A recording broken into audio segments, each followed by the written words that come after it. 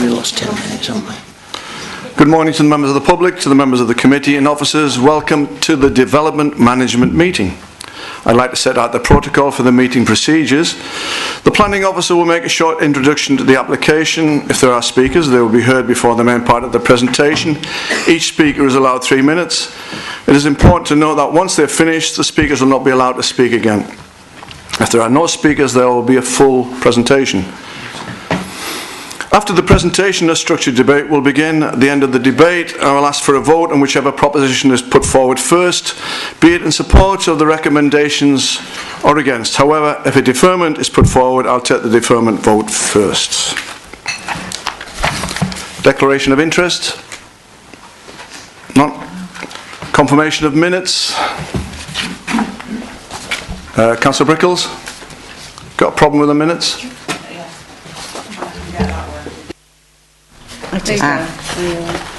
Yeah, it's regarding item number 130433 that we discussed at the last meeting.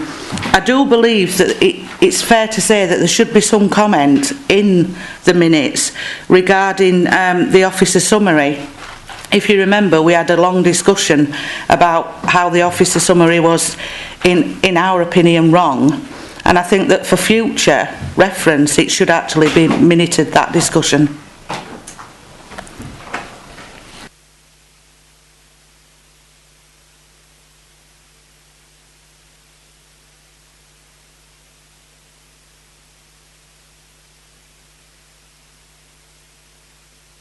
No.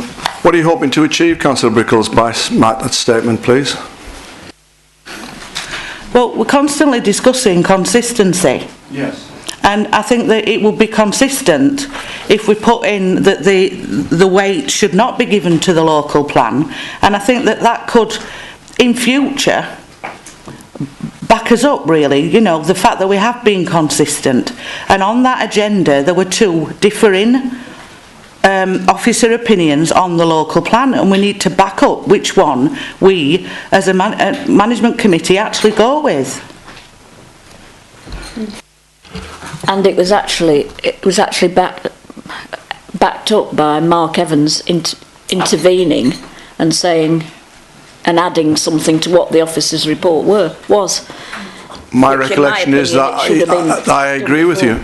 Mr. Evans, the local plan, which obviously is out for consultation, hasn't been adopted yet, so it hasn't got the weight. Thank you, Chairman. Yes, the discussion that we had at the meeting was around the weight to be afforded to the policy. I think a number of members expressed a concern that it wasn't a material consideration. I disagreed with that view and said it was a material consideration, and the issue was how much weight you attach to that policy, which are two slightly but importantly different issues. The nature of the minutes on every application are that they record the outcomes of the meeting, not the discussion that takes place. That's the general process. So in terms of any other application on the agenda, it does not record those particular issues and the issues that were discussed. The fact remains, however, that there was a determined issue. It was taken into account as a material consideration. It was given little weight, and the overriding issues which led to an approval were the fact that this was part of a larger site, part of which had previously been granted permission. Now, until recently, there was a requirement to put on all planning applications a statement as to the reasons for approving an application, but that piece of legislation was changed, and so there's no longer a requirement to do so. So that is, I mean, in terms of what appears in the minutes, is just a record of how we normally approach these, the minuting of these meetings. Well, I've noticed that there are three people who want to speak on this. That's Councillor Oates, Councillor Nolte and Councillor Fiddler. I hear exactly what the officer says with regard to the minutes of the meeting. They are there to record what the committee decided, and I fully agree with him on that. However, The agenda, which I assume is a public record as well, had an error in it. We discussed it at length and agreed it was an error. Therefore, I would like some mechanism to show there was an error in the agenda, thereby making sure that anybody looking at that old record will realise it was an error and not be able to come back and claim that that was the stance of the committee. Because what tends to happen is we go away from meetings, if we have a record, that is what is looked at by the public or anybody else looking at it, and sitting here several months later saying, well, actually there was an error on the agenda. If it's not recorded anywhere, then that gets lost in the mist of time. So I do think there should be a mechanism to show there was an error on the agenda. Yeah, I totally agree with what Councillor Ode says.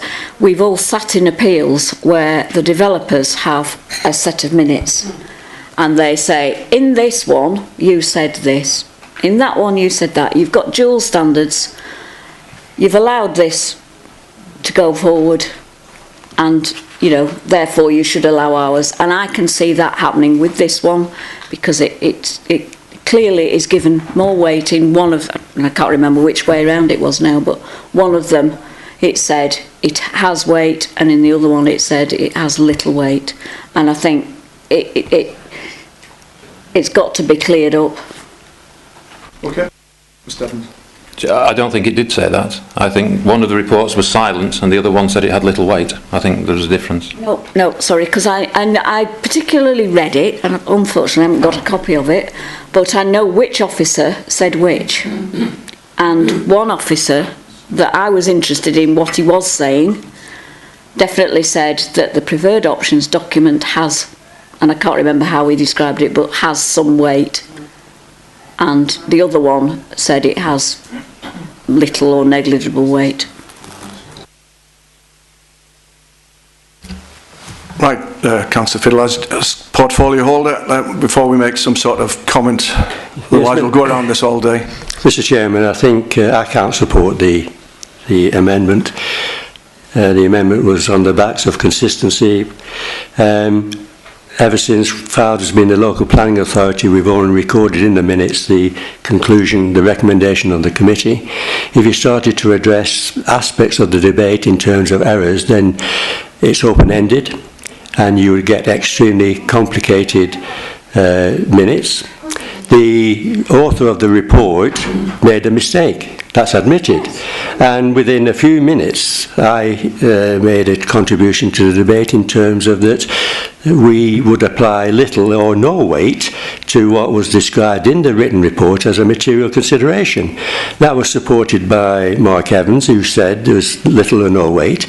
In the entire planning world throughout the nation, it is obvious to all who's learned in these things that you don't apply any weight to a statement that Mark Atherton made in his report. But I do feel it would be an extreme slippery slope if you started to expand the way you report your minutes by including things such as errors. You'd be constantly referring to county council, you'd constantly be referring to all aspects of the debate.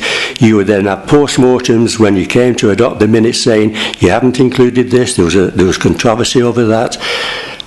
Mr. Chairman, my advice to you is that you allow the status quo to remain. Chairman, I thought I'd made it quite clear that I accept the minutes cannot be amended. I am asking, and I'm asking an officer, and if we can't deal with it now and we don't want to hold the meeting up, it must be dealt with. An officer made quite a bad error in a report, and there should be something somewhere that actually picks up on that to say it was an error, it was made, and therefore we'll record it somewhere. I'm not asking for it to go in the minutes. I think it could be inserted onto the report on the copy that is kept. I think that should be done because in those of us that have had appeals, and there's several of us that have gone to a lot of appeals, those reports are looked at very, very closely by barristers for people who are going to appeal, and there should be a record somewhere to say this was an officer error. I'll let The legal head of government says something. And I quite agree with what you've said. So, Chairman, all I was going to add was that if members felt strongly that something ought to be recorded in the minutes, there is a mechanism, and that mechanism is at the meeting concerned for somebody to move and somebody to second and the meeting to pass a resolution that the minutes include a note that whatever was the case. So that mechanism is there, Chairman.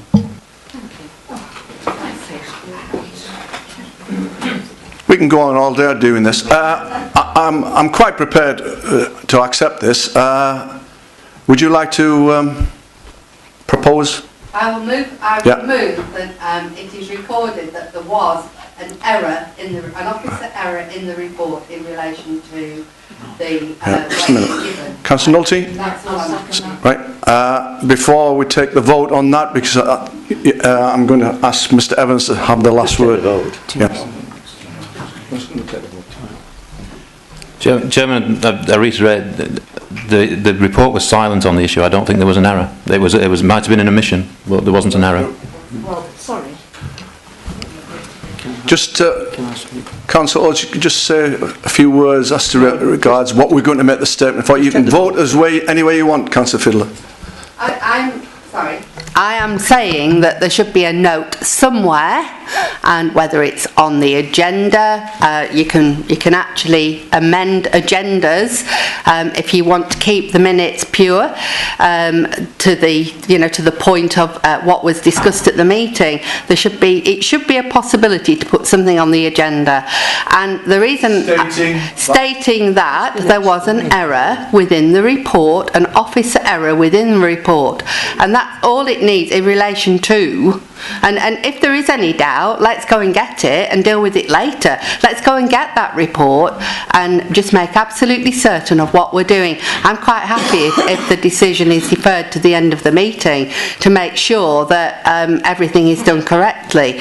But I hear what Mr. Curtis has said. We don't minute the meeting. Officers minute the meeting. We made it quite clear at that meeting that we objected to the officer's report. If the officer then who is minuting the meeting doesn't actually put that down, and I understand why she hasn't, because that's not what we do. We don't actually normally record. It's not Hansard here. It's just the decision that's recorded. Then we have to deal with it at the next meeting when we're dealing with the minutes. So I'm sorry, we've got to have a mechanism, and that's how we're trying to deal with it today. You have a mechanism, it's been described. Okay, thank you. Anyone that wasn't present at the last meeting obviously cannot make any statement on this, but we've got a proposal in a second that we have some sort of declaration that an error was taking place. I don't want to prolong the agony of this, so we'll take the vote. All those in favour of this proposal, please show.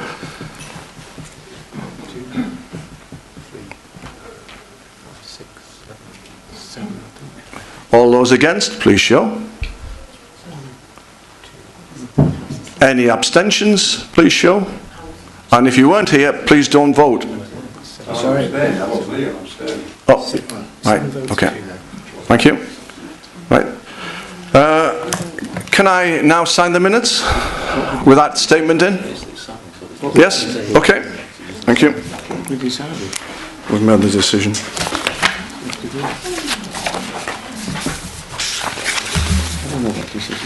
Substitute members. Chairman, there are 4 substitute members this morning. Councillor Brickles is substituting for Councillor Speak. Councillor Odes is substitute for Councillor Duffy. Councillor Clayton is substituting for Councillor Hardy. And Councillor Susan Ashton is substitute for Councillor Craig Wilson. Okay, we're dealing with item number 3, which was the visit we did this morning.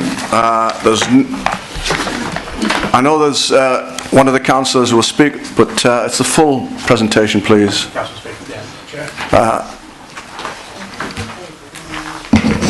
Chair, before we... Just a minute. We've got. Don't forget, you've also got a late observation sheet to read. Yes? Yeah, subject to that late observation sheet, the last bullet point in the further planning information section on page 3, I would like to openly say I have not made a decision and I am not biased. And the fact that I moved for refusal was made, as I believe, the last time on the grounds of what I believe to be the case, and as the ward councillor I thought it my position to do that. Thank you for that. Okay.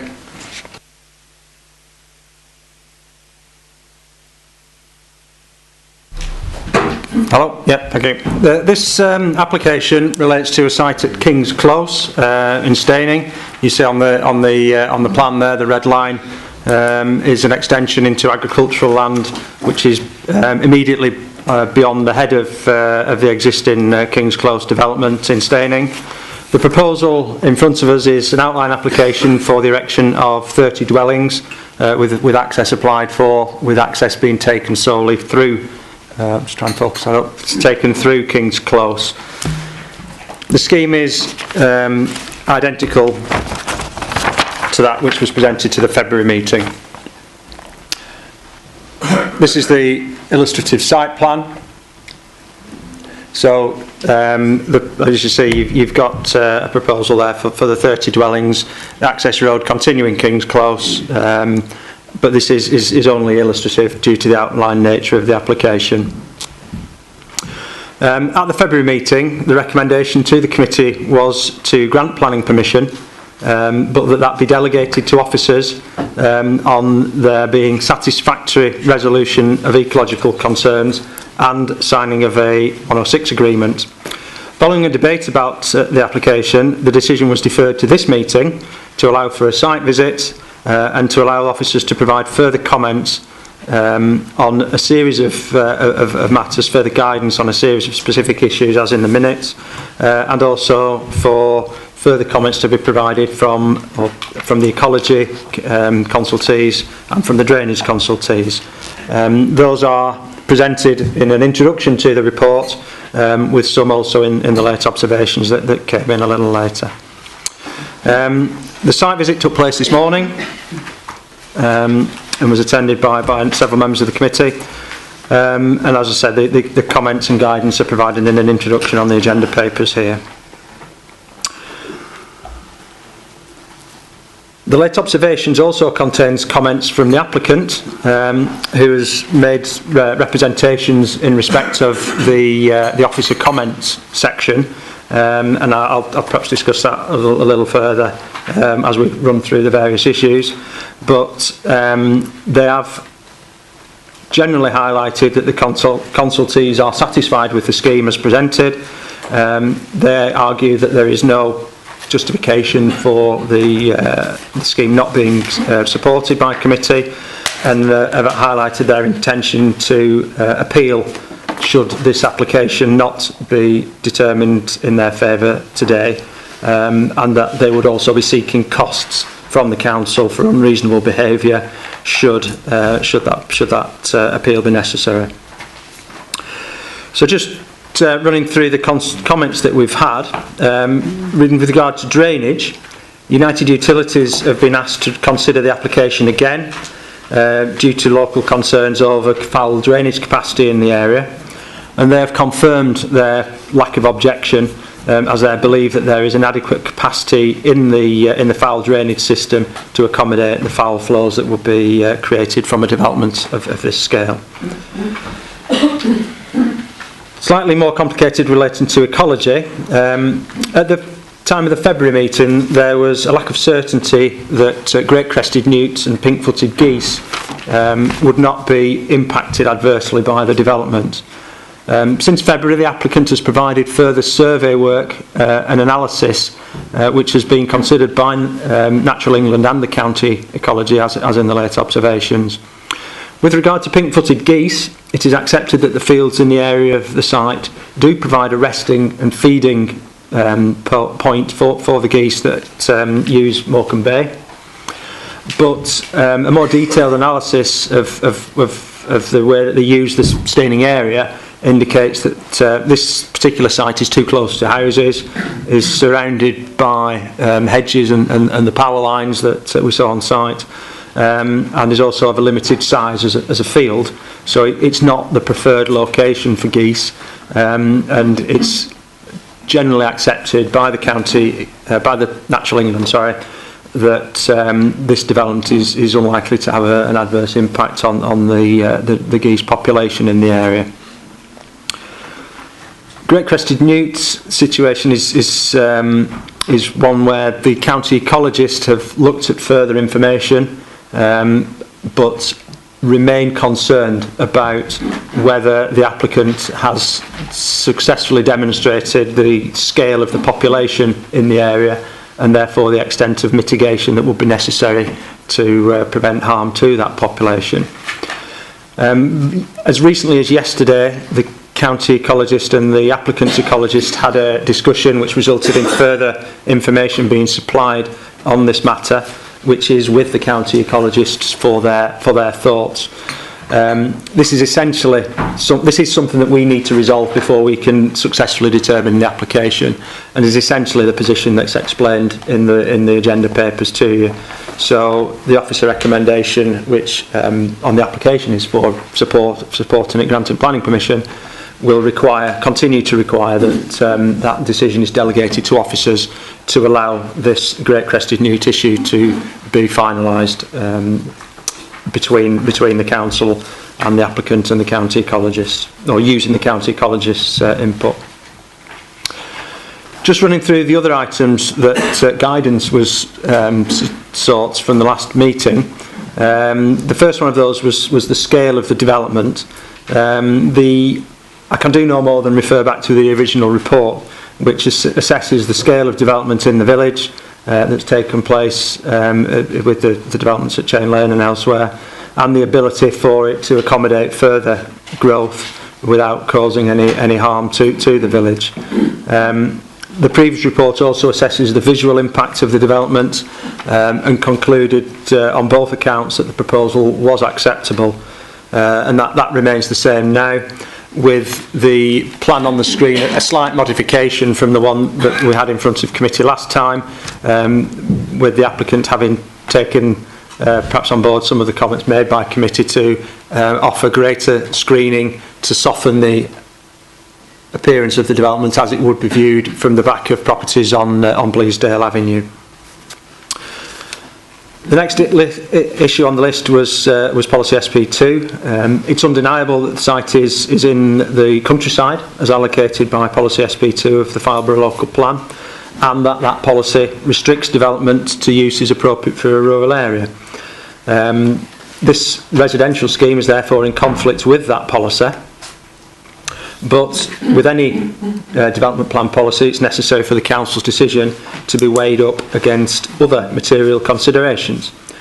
In this case, the latest information is that the council does not have a 5-year supply of housing, and this is of critical importance given the guidance from central government in the NPPF, and it's considered that where a site, or the NPPF states that where a site delivers sustainable development, the council should be supporting that development.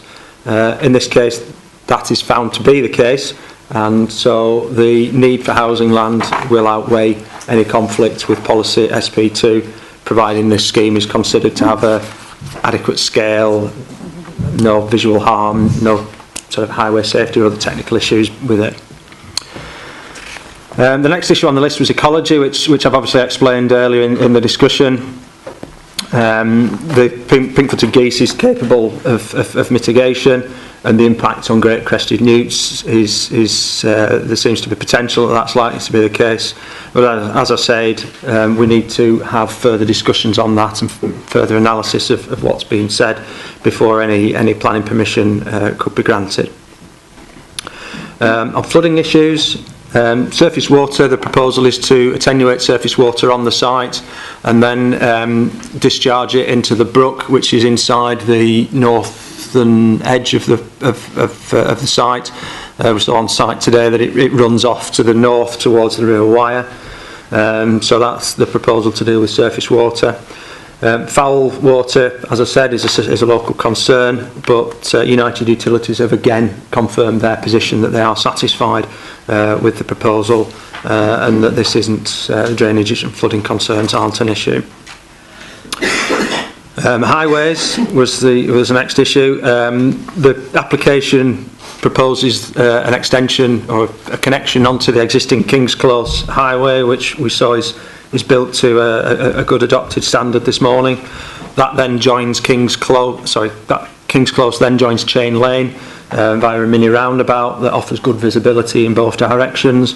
County Highways have raised no concerns over that junction or of the capacity in the highway network, and have confirmed a lack of objection to the scheme. The applicant has proposed, following discussions with myself and other officers, to deliver a zebra crossing in the area to facilitate access across Chain Lane between the site and perhaps the village hall services or other services there. And that's considered to be an enhancement to connectivity, and will also assist in calming traffic speeds in the area, notwithstanding that it is within the 20-mile-an-hour village limit. Education, the next issue. There is an identified shortfall of education capacity in the area. The County Council as the Education Authority have confirmed that, looking at the local primary school capacity and the anticipated developments that will feed into those schools. Policy CF2 of the local plan and the paragraphs in the MPPF allow for developers to provide financial contributions to assist the County Council in making up that shortfall. And the developer, you'll see from the late observations, the developer has repeated their commitment to enter into an agreement to deliver the contribution that the County Council has requested. So again, that's something that is now has always been resolved. The final issue on the list is best and most versatile agricultural land. The applicant has undertaken a survey on the site, an intrusive survey with trial pits and boreholes, and determined that the site is grade 3A agricultural land, which is a best and most versatile quality, and obviously would be lost from the development as is proposed. That puts it in conflict with policy EP 22. However, more recent guidance on that from the government in the MPPF relates to substantial loss of agricultural land. The applicant makes the point that at 1.8 hectares, this site is not a substantial area of agricultural land, so it wouldn't be contrary to the MPPF guidance if this scheme were to be approved. They've also referred to the requirement in planning legislation for the government themselves to be consulted through DEFRA if a development loses 20 hectares of agricultural land, best and most versatile agricultural land, and suggests that indicates where the substantial definition should be drawn, and indicate that at 1.8 hectares their site is it's obviously less than a tenth of that site size. So, in a conclusion to the application, since the last meeting, officers have considered the points requested by committee, and have undertaken the further consultations that were requested of them with statutory consultees. Those have come back to confirm the position that there are no technical reasons to refuse this application, subject to the ecology issue being resolved. The council officer position is that this scheme delivers a sustainable extension of staining, and the officer recommendation is again one that the application should be granted planning permission, subject to the list of conditions, the Section 106 agreement to deal with affordable housing and open space contribution and the education contribution, and the satisfactory resolution of any ecological issues arising from the ongoing consultation. Chairman. Before I open the debate, please look at the late observation sheet on page 3, because a serious allegation has been made about the committee, and I want to make sure that everything is quite correct. am I assuming that you've all got open minds?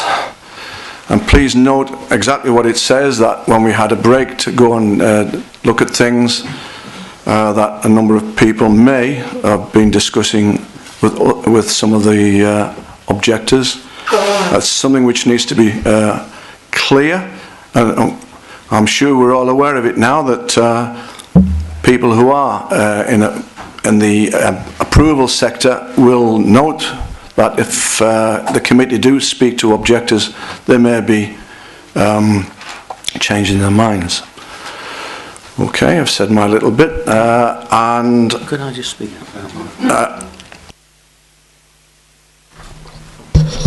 Just briefly speaking on that point, we do seem to be being threatened a little bit by these bullet points. It would seem to me that one could always be accused of predetermination when you defer any application, because clearly all members have to express views and do express views, and often those views maybe are in conflict with each other. I don't believe that then, if an application is deferred for further information or to look to issues regarding those views, that because somebody said something once in a committee, that it rules them out. I think it's absolutely nonsensical for an applicant to come over in such a sort of desperate way, threatening us first of all with costs and then putting that at the end. So I don't appreciate those sort of comments, and I don't think if they were relevant, then it would mean that we were never able to defer anything. Thank you, Chairman. And following procedure, we've not invited any of the other speakers to come back again, but and following procedure, we do allow the local councillors to speak. Councillor Singleton, you one of the local councillors, would you like to speak now, please?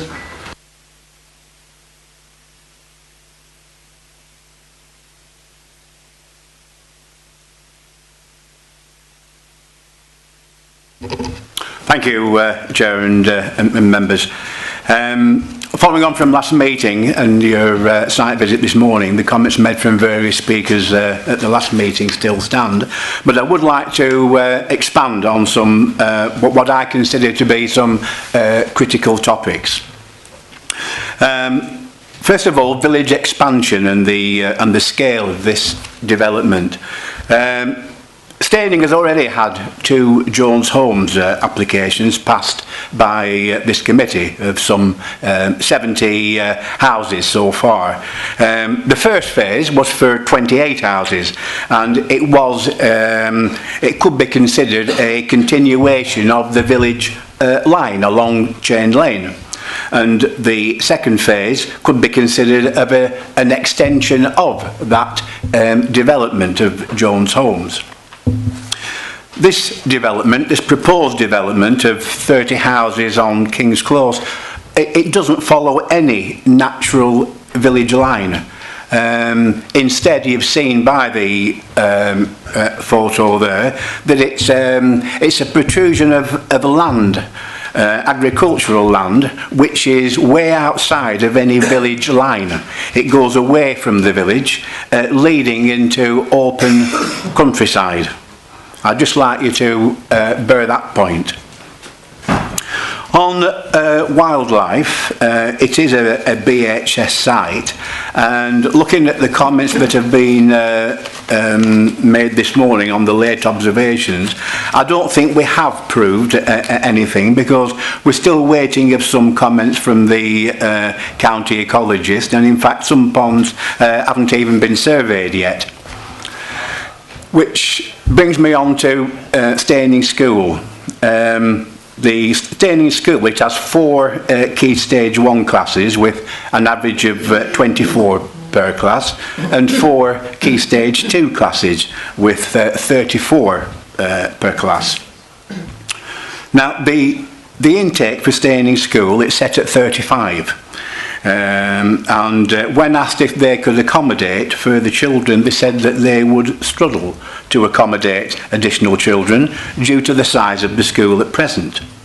Now, you have to bear in mind that this is without the Jones Homes Phase 1 being fully occupied, and the further phase 2 of 42 homes yet to be built.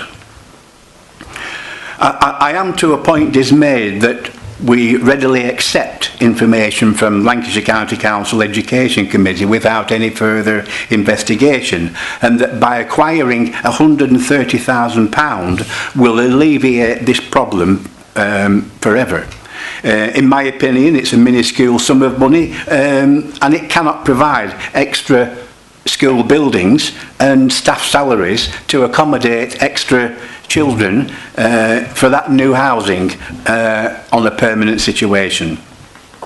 So I'm surprised we don't invite these people who create these documentation at the Education Committee to attend these meetings for further questioning.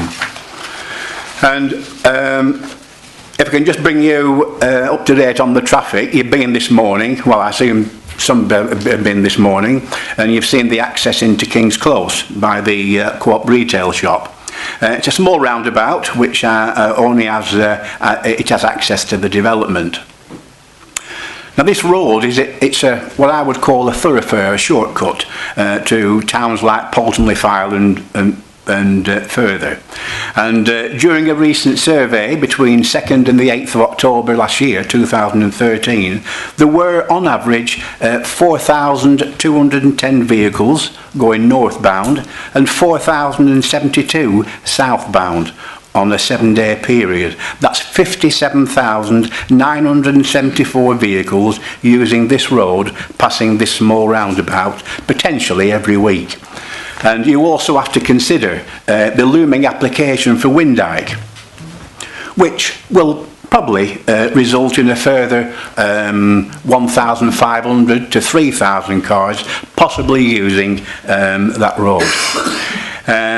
So bearing in mind my comments on behalf of the residents of Staining and the Parish Council, I hope you'll see fit to refuse this application, Mr. Chairman. Thank you for your time. Mr. Stout. Chairman, thank you. Just to touch on the points raised by Councillor Singleton there, perhaps to provide some factual assistance to her, I've put an aerial photograph on the screen for you. In terms of, that's obviously the village of Staining, that's the village, that's the Jones Home, the first development. This is the Jones Homes, the phase 2 development, the 42 referred to, and this application site's over here. Again, as a factual issue, Councillor Singleton said that the site is a biological heritage site. It isn't, although this pond is a biological heritage site, but you see that is some distance from the site, and you'll see that one of the conditions on the recommendation on the agenda paper talks about securing improvements to that for wildlife value. I believe it's aquatic plants that it's important for. The ecology issues I've covered already. Clearly, it's something that needs further consideration, but isn't necessarily fundamental at this stage. Education. I don't doubt that. Well, there is no doubt that there's capacity issues in the primary schools. Lancashire County Council have confirmed that in their representation. However, the situation is that this council's local plan policy allows for financial contributions to be made to alleviate those shortfalls. The applicant has given a commitment that they're going to offer those financial contributions. So that's the framework that we're working in within the education. And finally, Chain Lane is obviously a route through the village and is a route used by traffic in peak times, but that's something that the County Council, in making their highway comments, will be aware of. They'll be aware of the site circumstances, and they'll be aware of other developments such as the Windyke development that may come forward in the area. They have made no objections to this application. Chairman. Councillor Pounder.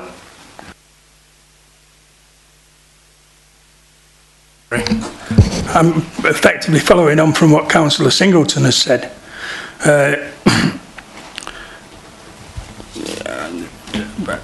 All being what I said prior to the meeting starting about I have an open mind, I still are of the belief that this site should be refused. And it should be refused on the scale of the development that's proposed in conjunction with recently approved developments in the village. I mean, we have had not just the 72 that are on the Jones site, we have also had 11 on Baines Farm, a further 5 on Occupation Lane, all of which add to the amount that are already there. So, you know, accordingly, this scale of development is too large for the size of the village. The visual impact of this development, as was quite rightly said, it begins to look like a boil on the side of the village. It's not in conjunction, and I feel that this is just the start of further applications, because we know that the co-op own the land to the left of the site, and the same pattern is happening as happened with Jones Homes. They put in a small application for the first one, they get planning permission for that, they then come in for another one alongside it, making it even more difficult for us to refuse it then. There's been talk about the school. Lancashire County Council have already said they've got a shortfall of 115 children over a 5-year period. That's not counting the amount of children that are going to come via the Jones Homes and via this potential site. You know, is not the education of our children important? You know, we're going to get to a stage where, unless they expand the school and there's no room for expansion at the school, it's all right giving 130,000 to LCC. Where are they going to spend it? Are they going to build us a new school? There's no area to build one. Come back to the ecology. The ecology is floating around the edges. Nobody has given us confirmation that it can't be done. That it's wrong. Well, we'll have a look at it. Lancashire County Council, we've been deferred for a month, and Lancashire County Council have still not given us a final decision on it. So I just wonder just where we're going. I mean, how many things do we have to have wrong before we say it's right? So on that basis, I'll move for a refusal. Councillor Chu. Thank you, Chairman. I couldn't come to the site visit this morning because when I got up I felt absolutely dreadful. But as it happens, I am very familiar with this site and the land surrounding it, because a friend of mine owns land in that vicinity, so I'm very familiar with it. One thing that when I was reading through this late observation, and I must make comment on, is that I object vehemently to being threatened. Yeah. I think that it is utterly wrong that any applicant can intimidate, threaten and lay pressure on this committee to make a decision in their favour. I think it's quite wrong. I think they ought to be banned from doing it. It's one thing having a reminder that we all know, we all of us know how important it is that our decisions are made independently and that our decisions are made on planning grounds. And I think that it is quite wrong and shouldn't be allowed that applicants should threaten and intimidate with statements like this. And I would like to add my little bit about predetermination. I do hope that on the times that I've been on this committee, that I have always judged it on planning merits, and that predetermination has never entered into any of the decisions that I've made.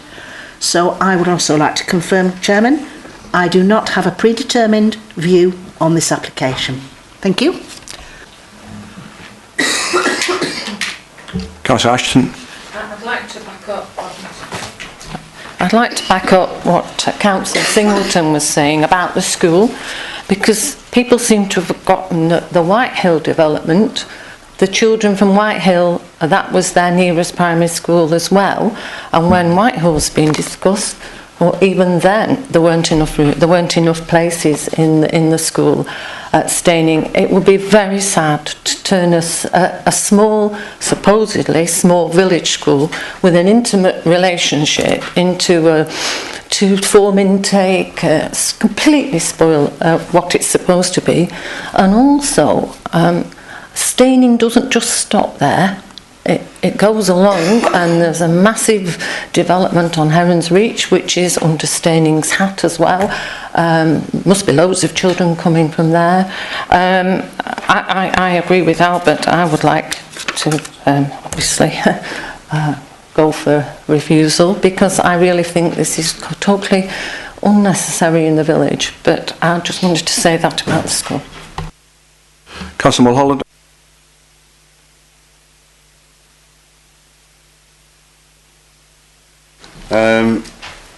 And I'm hearing the local councillors. I'll put it on. Sorry, and I'm hearing the local councillors' comments. Councillor Ashton said she'd like to support Councillor Singleton, but I'm not sure what she's supporting. With the greatest respect to both of them, nobody has given a good argument for refusal. That the question of the education has been addressed by Mr Stale. He said the parameters within which we work are to ask for a contribution, presumably at a stage when enough money's in that pot, something physically can be built, an extension to the school or whatever, but they are the parameters within which we work.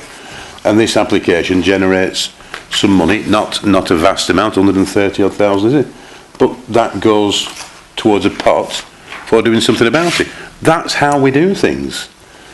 We can't use that as a reason for refusal. The highways, we can't use that for a reason for refusal. The Highways Authority, no comment. It's a perfectly acceptable junction, a perfectly acceptable road. Whether it's used as a connecting route for Poulton or whatever, rather than go around Blackpool, well, that's a matter of fact. But to this application, it's irrelevant. The only thing I personally don't like about it is the fact that, and it might be just a bit offensive to my aesthetics, but it is just almost an arbitrary line that they've sort of drawn out. You know, let's do it there, sort of thing. Councillor, that's visual impact. It doesn't seem to round off a corner or fill in a gap or anything else. But then again, that's just me. I mean, we don't particularly. You can't always be filling in a gap or rounding off a corner. At some stage, you've got to branch out. That's the nature of development. And we're being told by the officer that we haven't got enough land identified for the housing supply. Straight away, that kicks our legs from under us. So, I'm not in love with the scheme. I have no strong feelings against it. I'm pretty much on the fence. But if anybody's going to go for a refusal, please try and give us some real planning reasons for refusal. Thank you, Chairman. Well, at present I've got written down scale of development, visual impact, problems of education capacity, lack of affordable housing agreement. And as Councillor Ahmed. On a point of order, Mr Chairman, you had a proposal for a refusal, a seconder. We have not had a seconder yet. Sue, did you propose? Oh, right, so. I think here we are again with a development that fundamentally we probably don't like, but is struggling to find a reason to say no, because whatever we might emotionally think, all the statutories have again said it's okay. Now, again, people who live there, common sense, logic can say it floods, it's ugly, it's in the wrong place, there's no room at school. We hear this from Staining, we hear it from Ray Green, we hear it a lot, but all the statutories have said it's okay. And with all of those, writing that down, it gives us a terrible problem to refuse it. Just from me, 2 questions, please. You're asking us to accept this, but you're also saying that if it fails on the newts, it should be rejected. So you're asking us to give it to you to make the decision, but we accept, but it still can be rejected, which seems to me, I mean, even though we're being threatened and bullied that if we defer it, they'll have a go at us, it seems to me that would logically mean defer it until you get that answer. But I don't want to propose that. I'd like clarification on what you're actually saying there. And my second point is on the education. I got dropped off at the school today. It says here it's 580 metres to where I walked, which was a pretty short walk just to get round to the development. But the school was rammed with cars, with people driving that 580 metres to drop their kids off, because that's one of the furthest points away, so most cars must have driven less than that. So when it's been proposed here that you can drive 2 miles to a school or something, it gets pretty rough. If you're driving 580 metres to drive 2 miles, you're almost shooting yourself in the foot there, because you're already driving the non-distance. But the question is, the proposed schools in here fall under LCC, a lot of them do, but they're in Wyre. The solutions in Polton, the two schools proposed are in Polton, so they're not in our borough. Fine, they fall under LCC, so I guess that's okay. But the secondary school proposed, I believe, is in Blackpool. Baines, isn't that in Blackpool? No. Is this it? All right, my apologies then. All right, so it's all in Wyre, so that's LCC that can make those decisions on our behalf. Those are my two questions. Councillor Oates, at the previous meeting you were going to second a refusal. Have you changed your mind, or...? I don't think you can say I was going to second the refusal. I did support a refusal at the last meeting. Kieran Mulholland is quite right. A lot of the statutory bodies have taken some of those reasons away, and I don't believe we should be irresponsible. However, I do believe that this is outside the settlement boundary, and so I do have concerns along those lines, and I know that we're always told we shouldn't look at what might be, but when I look at that photograph there, I can see that there's quite a lot of scope for expansion further into the countryside, and that does give me cause for concern. Sitting on a planning committee, as we all do on a regular basis, we know what happens. We're all big boys and girls, and we know what will probably happen in the future. So I have those concerns. And anybody reading the newspapers at the weekend, all the news was about global warming, and the biggest threat in the future is going to be food provision and water provision in the world, and people are wanting to migrate to areas where there's likely to be food and water. And it's a loss of agricultural land, and if it should expand, it will be even more agricultural land going, and that does give me concern. And what does worry me is that developers will come along looking at government advice and say, well, we'll go for 30 here, and then we'll come back next year and go for another 30 and another 30, and then you do actually see the land disappear, and it does then breach the government guidelines, but because it's done piecemeal, it gets around those guidelines. So those are my concerns. I am minded actually to support the refusal because I am not happy with this. I do understand other members of the committee may feel that the grounds have been taken from under them, but I am concerned about this. I'm concerned about the future, and I don't think this is right. We talk about education, and I do understand the County Council, because what they do, they look at provision in the whole of the borough, and if there is provision in the whole of the borough, then they say there is adequate provision. Those of us that live in the real world don't want to ship our children around the borough to give them an education, and we should have an expectation that we can actually get our children educated close by to where we live. But I understand County Council's difficulties because they have exactly the same problems that we have. They have to work within parameters.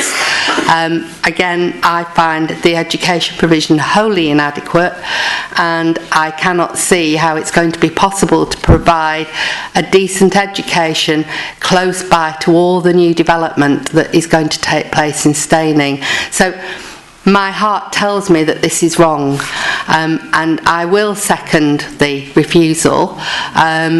I don't know what the rest of the committee will do. That's entirely up to them. I didn't come in here with a pre prejudiced idea, nor did I at the last meeting. I come in here and look at every application on its merits. I do believe that this is wrong for Staining, and that is why I'm seconding it. But I do understand exactly what Councillor Mulholland said, that the statutory bodies don't help at all in this, and nor do the government with their crazy planning laws at the moment. Thank you, Councillor Collins. Just before you go, Councillor Collins, Mr. Stell, do you want to wait until Councillor? Thank you, Councillor Collins. Thank you, Chairman. There's been a number of planning applications in Ray Green that have come before this committee fairly recently, and one of the last ones, one of the arguments for turning it down was that Ray Green had already accepted more than its fair share of development.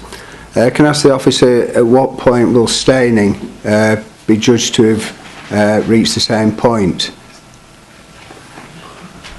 Good question.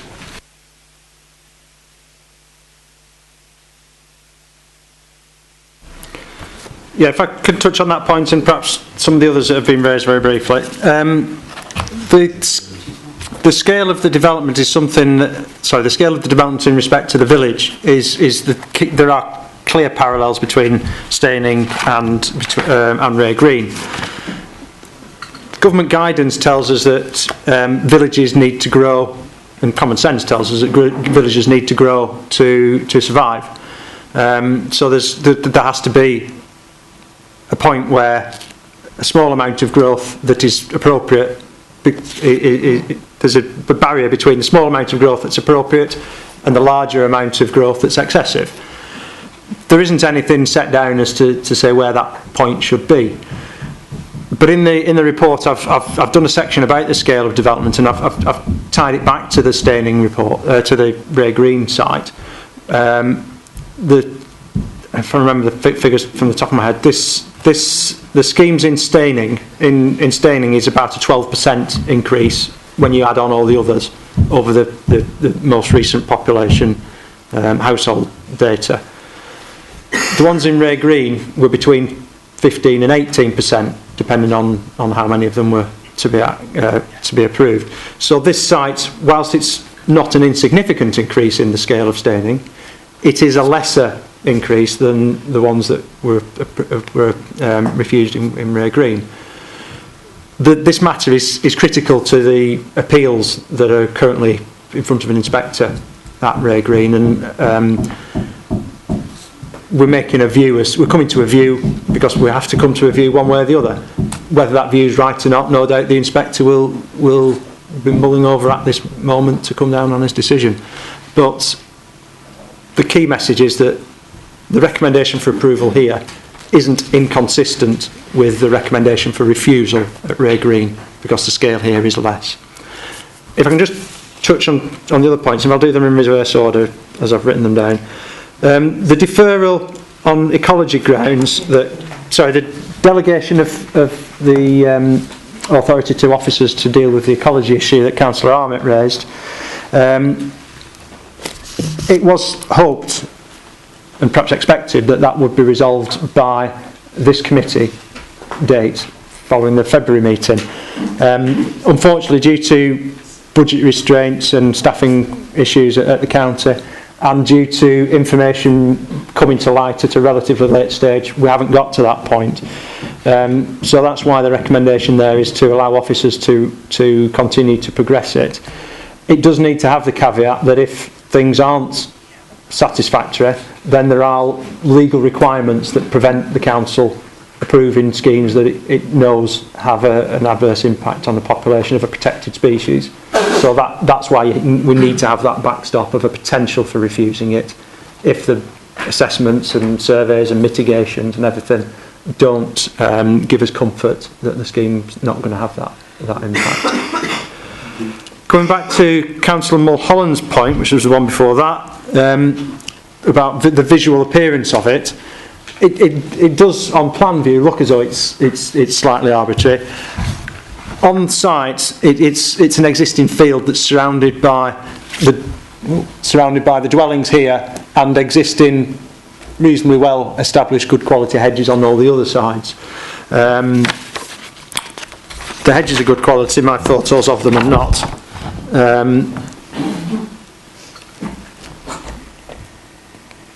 In fact, no, it's just useless, isn't it? But it is hedge round. So yes, on plan view it has one view. In reality, there are hedges there that it's not just a part of a field that they've hived off for the application site. Is essentially my point. The final issue I wanted just to come back on was one that Councillor Pounder made about education capacity. When the County Council give us comments on education capacity, they are doing that with the knowledge of other developments that are planned in the area. So when they're saying that there isn't capacity in the schools even to take the Jones Holmes development, those will have been factored into their response. Joe.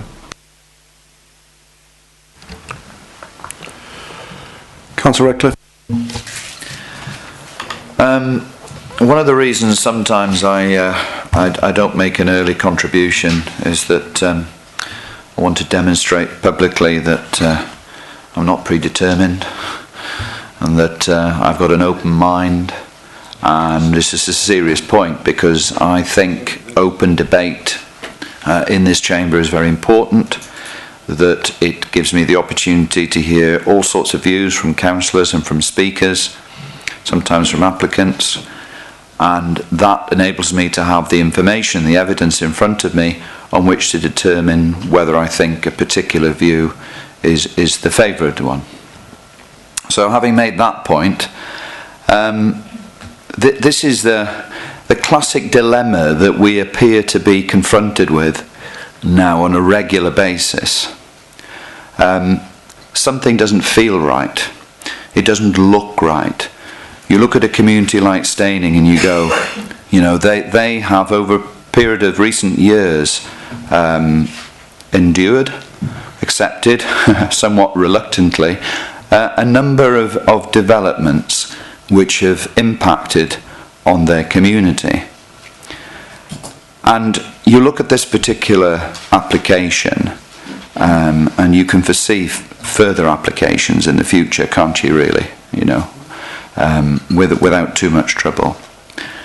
But you come back to this business of that if you're minded to refuse something after listening to the debate and you feel that it's inappropriate, this development, you have to be absolutely sure that it's not good enough to feel that way. You have to be objective about it, and you have to ensure that there are sufficient, robust and rigorous planning objections that stand up to scrutiny outside of this particular room.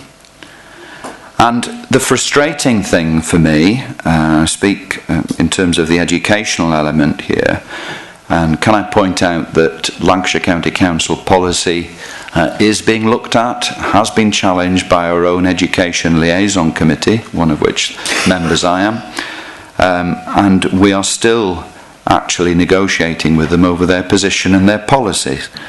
But the reality is that in terms of, for example, education places, they have a policy whereby they look at the yield of children, they have a methodology and a formula that they apply, and it comes up with £130,000.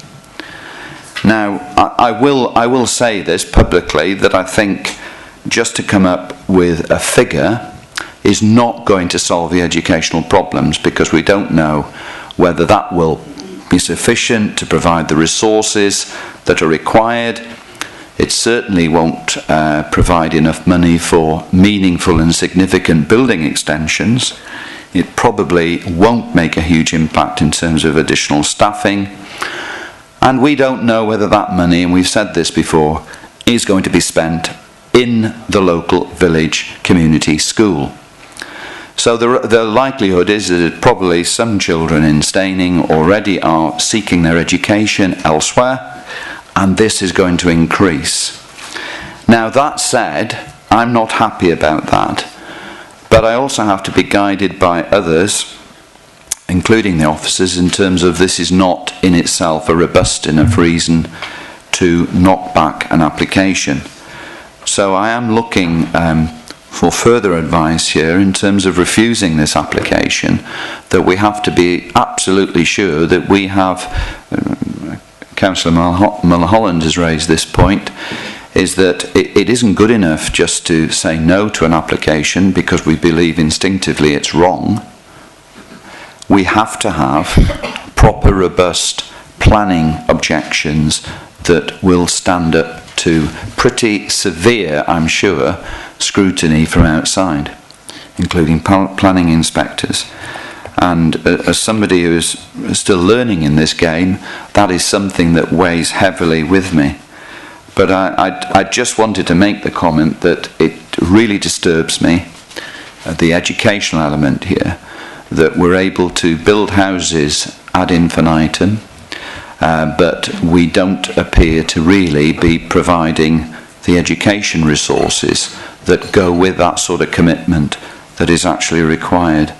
But I do ask that we look at solid planning reasons if we're going to seek refusal, because otherwise we know what may happen. Councillor Nulty, followed by the Vice Chairman and Councillor Clayton. Yeah. Similarly, I'm concerned with the reasons for refusal, and on my list so far I've got scale, which may or may not, visual impact, but on page 31 there's a bit about conflict with SP2, which says on its own it's not a reason, but at the bottom it says if it's included somewhere, it says included with other things, then it could be used. And I do think it is relevant because it is outside the settlement boundary, and it goes with the visual impact part of this proposal to refuse. And I think the SP2 could be added to that to make that a bit stronger. I'm also very unhappy with, as everybody else is, about the education. And if I know accessibility scores are not necessary anymore, but Andrew has chosen to put that in. And if you look at the accessibility scores on the schools, the secondary schools actually score 0. So that means there isn't really an appropriate secondary school for this area. And if you can get into Steyning School, the accessibility, it scores 1. And it's unlikely that most children will get into that school. They will have to go elsewhere. So I think the education provision is very unsatisfactory. I know that the money goes into Lancashire County Council. I also sit on this this body that Richard mentioned, and they're building up pots of money, but I think it'll be a long time, and I don't know Steyning School well enough to know if it would be appropriate to add classrooms to it, or what effect that would have. It would, this would not even pay for one classroom probably, and whether that would make the difference in the way children are educated, I don't know. But whether that's a strong enough reason to use for a reason for refusal, given that the Education Authority have said it isn't, then I'm struggling a bit with the strength of the reasons for refusal. But I'd be happy to go along with refusal if the reasons are strong enough. Vice Chairman. Well, thank you, Chairman. I've been listening to everything that has been said, and if anybody felt I wasn't looking at them, it was because I was also trying to compare what we've all been saying with what is contained in the report before us.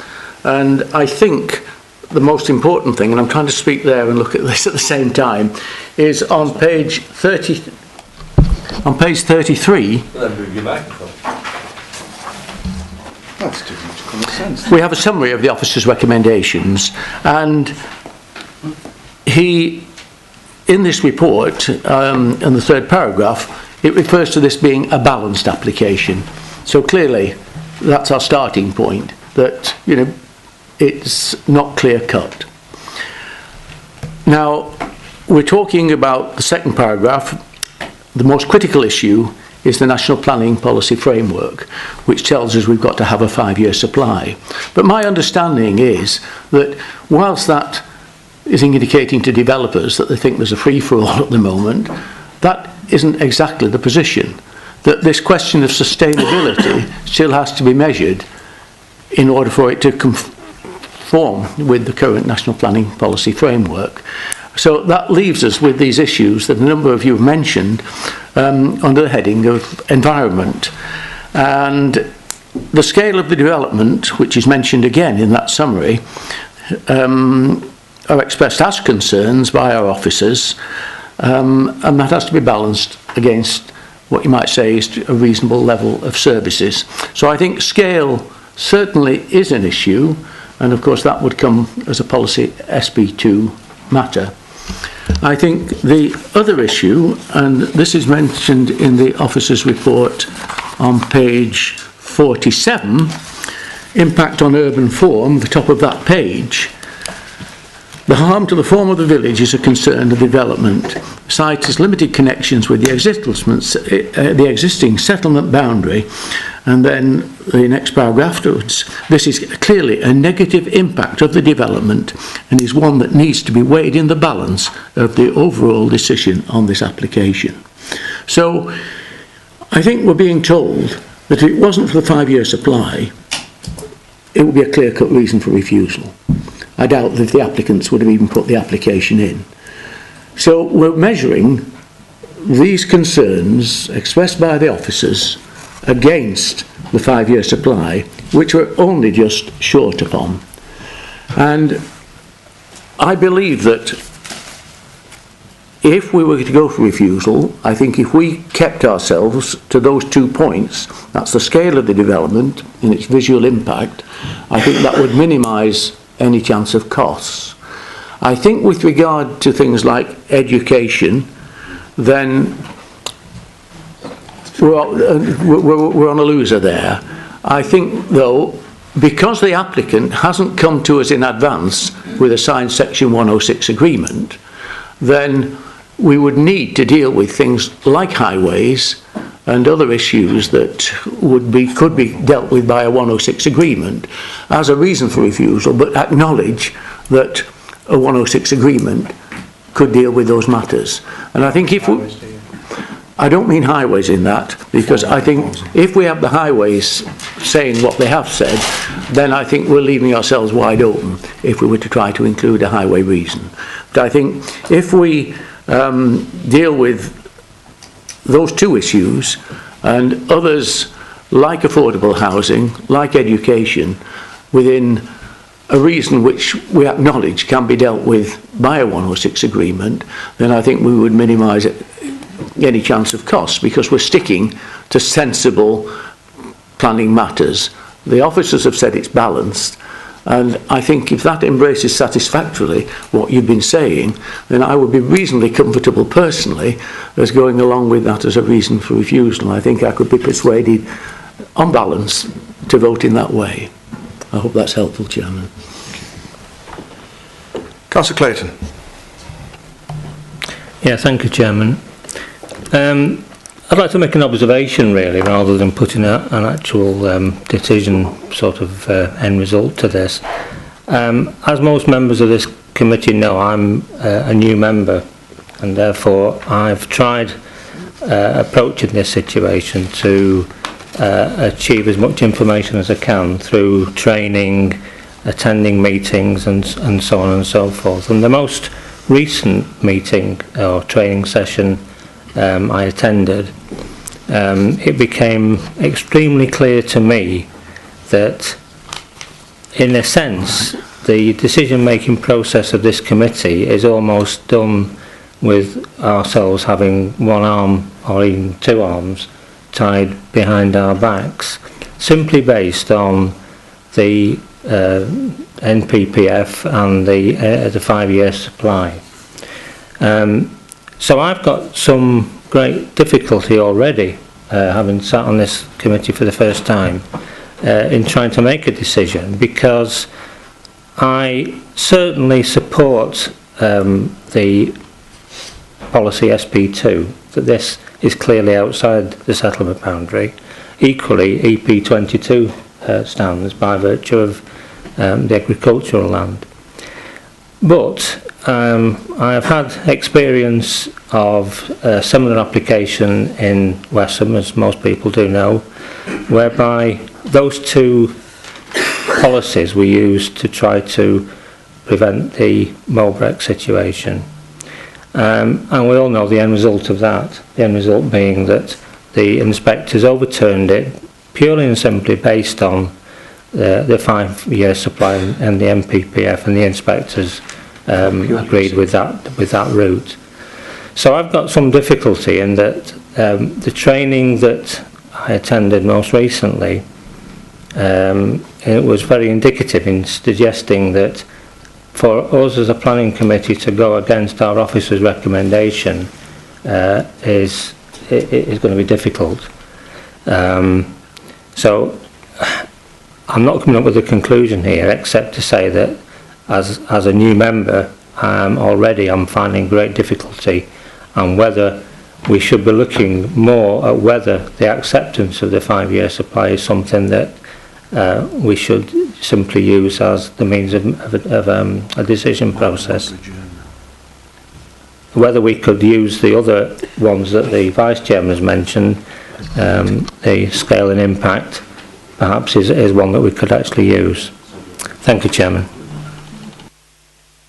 Okay, I'm conscious that Councillor Ahmed wants to speak, but I've got a proposer and a seconder who are for refusal. Now I'm going to adjourn. Chairman, can we just see what the refusal are? Well, this is one I'm going. Yeah. From the floor. Can we just go through the reasons for refusal, please?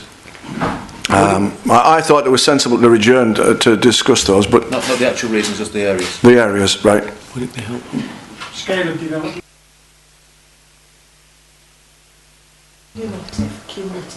Yeah. Cumulative scale of development, visual impact on the development. All of them are contrary to SP2 and criteria 2 and 7 of policy HL2 of the Fowle local plan, and in guidance with paragraph 17 and 58 of the NPPF, of which these policies are already consistent. So the NPPF is substantiating that as well. And that's the same with both of them. I'd stick to those. Well, that's it. I just want to make sure that they add any affordable housing into it, and that. So is it? If it does go to appeal, and we haven't said it, and we lose, it could go the other way. So affordable housing. The lack of the 106 agreements. Yeah. Yeah. Councillor Odes, do you want to add anything to that?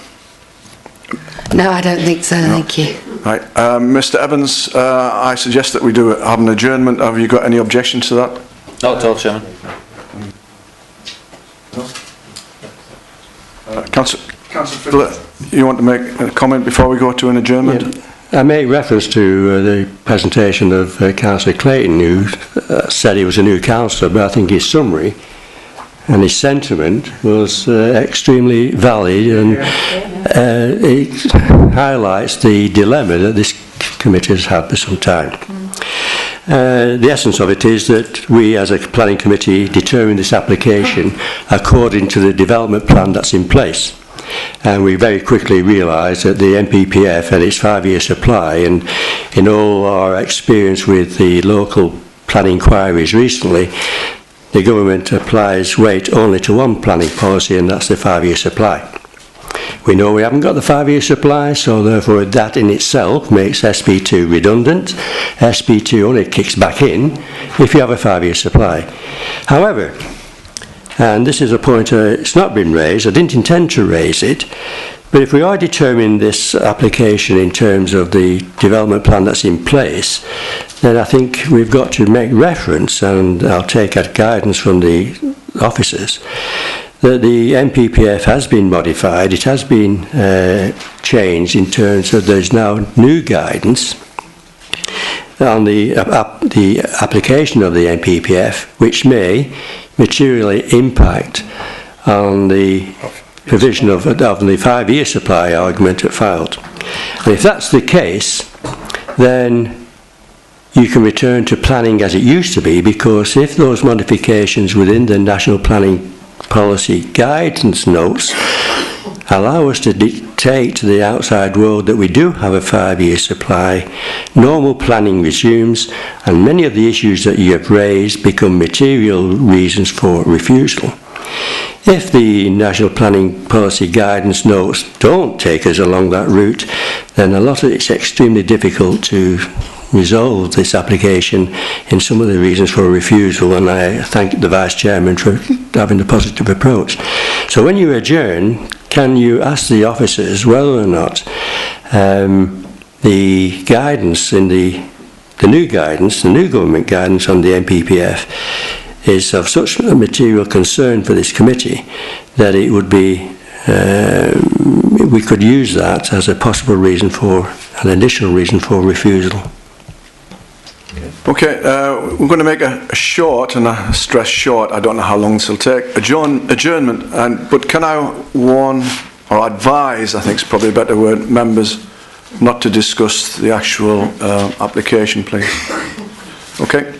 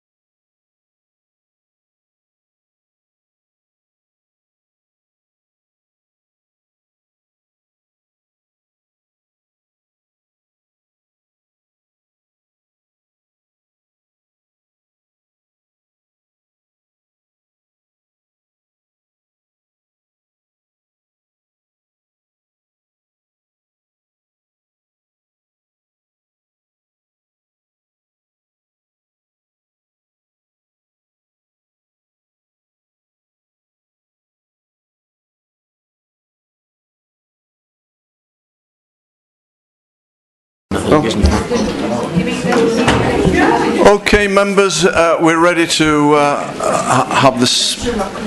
So we're going to have some reasons from Mr. Evans and then followed by Mr. Stell. Reasons for refusal. Yeah.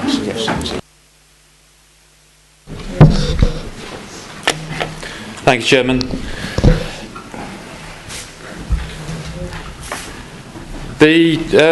The reasons for the policy, the recent government policy that's been referred to is known as the National Planning Practice Guidance.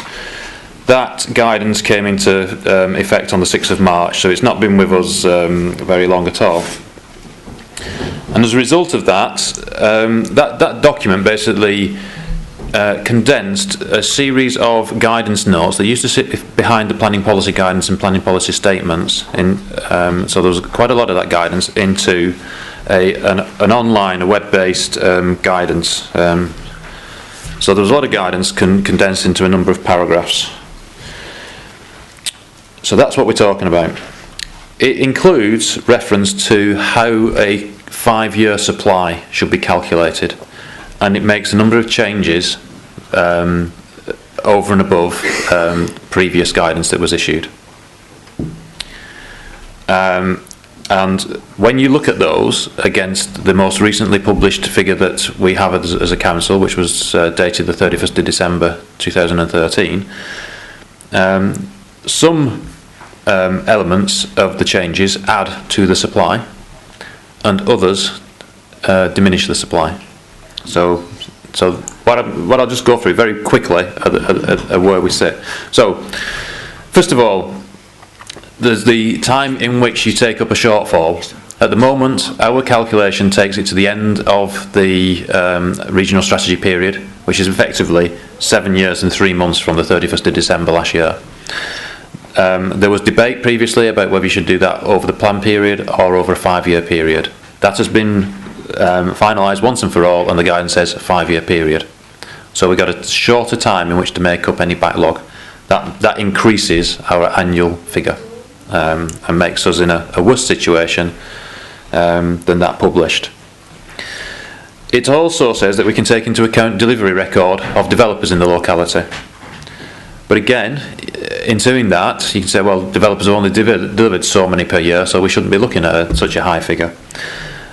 However, to the converse on that, we had a period of a housing moratorium, effectively, in this borough. So the development industry will come back and say, well, you didn't let us build at those natural rates, so the market was constrained. So there's arguments for and against that. There's issues about taking into account past oversupply. That can be taken into account. And under the Joint Lancashire Structure Plan, we had an oversupply. However, there's questions about whether you should have been taking the Joint Lancashire Structure Plan or working to the regional strategy. That is another area of debate. Elderly and student accommodation can be taken into account in assessing need. There's no reference to actually that addressing adding to supply.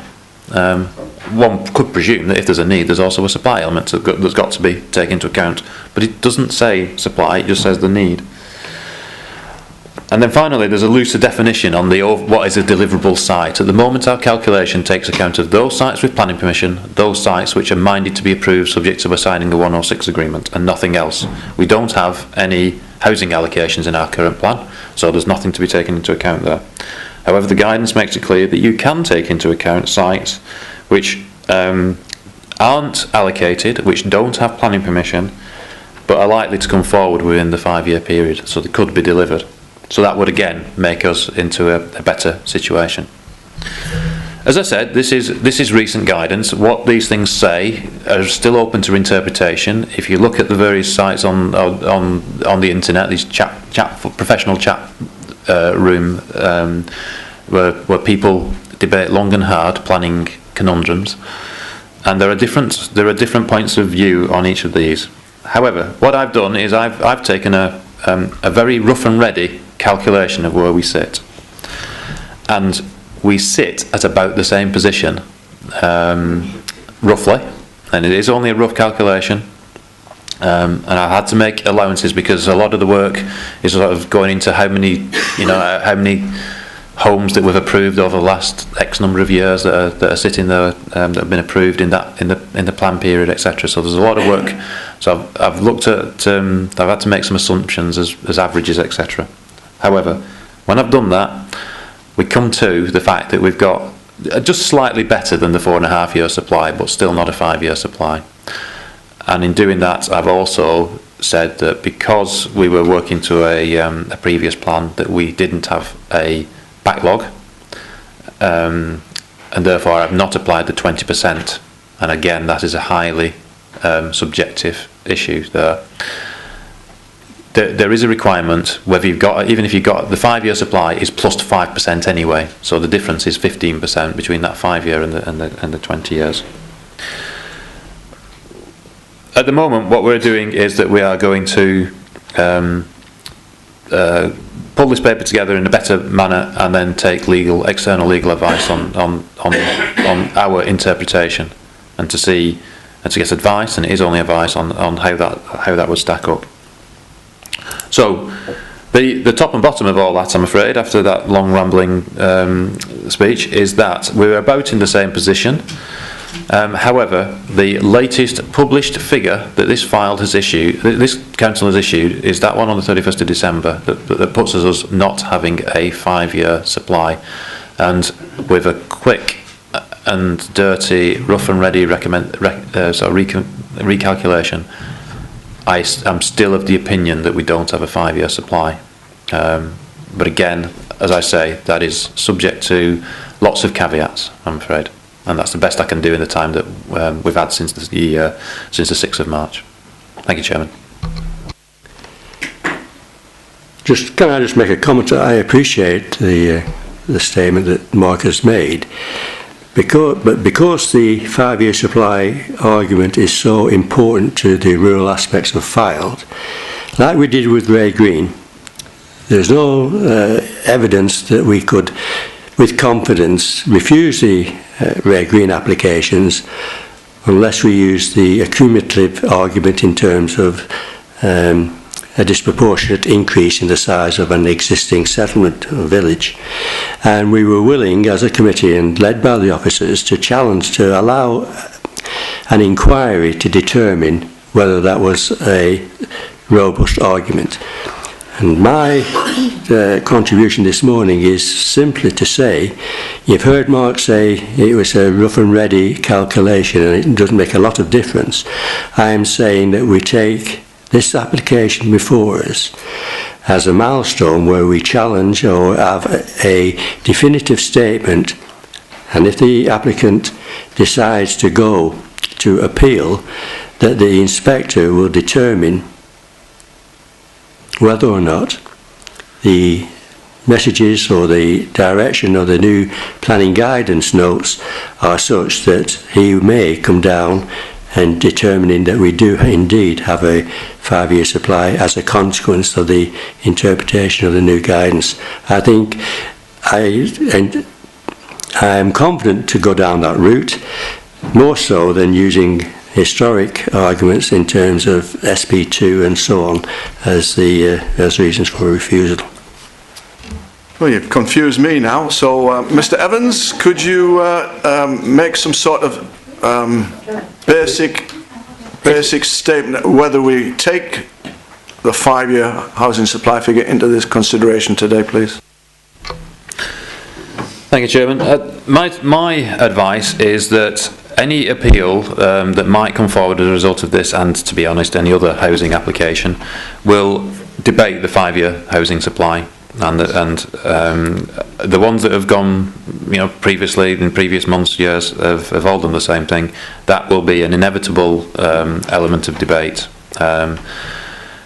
My recommendation is that just because we don't have a 5-year supply of land doesn't mean that we should automatically just approve any development. Yeah. There are still clear issues that the committee have with this development, and so I think the position that we should reach is that, notwithstanding the 5-year supply, there are issues that make this scheme unacceptable, notwithstanding whether we have or have not got a 5-year supply.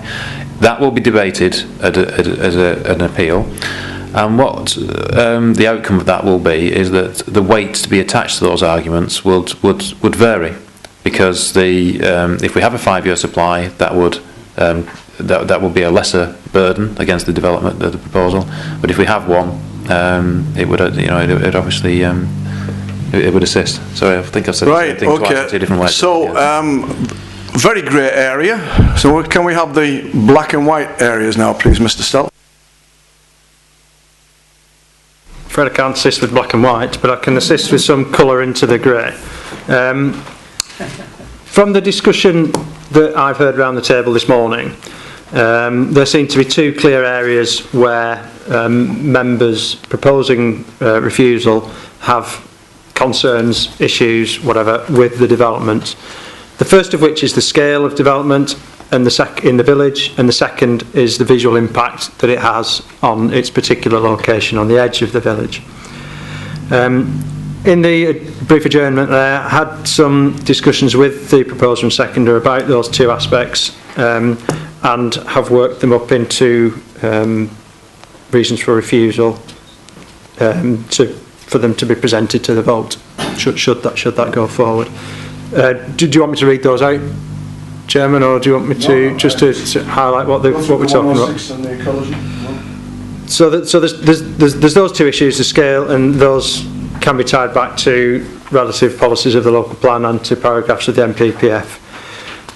Should those issues find favour, I would also recommend a reason for refusal be based on the continuing outstanding issue of ecology, specifically great crested newts being a European protected species. That can also be tied back to a local plan policy and to a planning NPPF paragraph that relates to the need for those to be the potential impact to be adequately addressed prior to any favourable decision.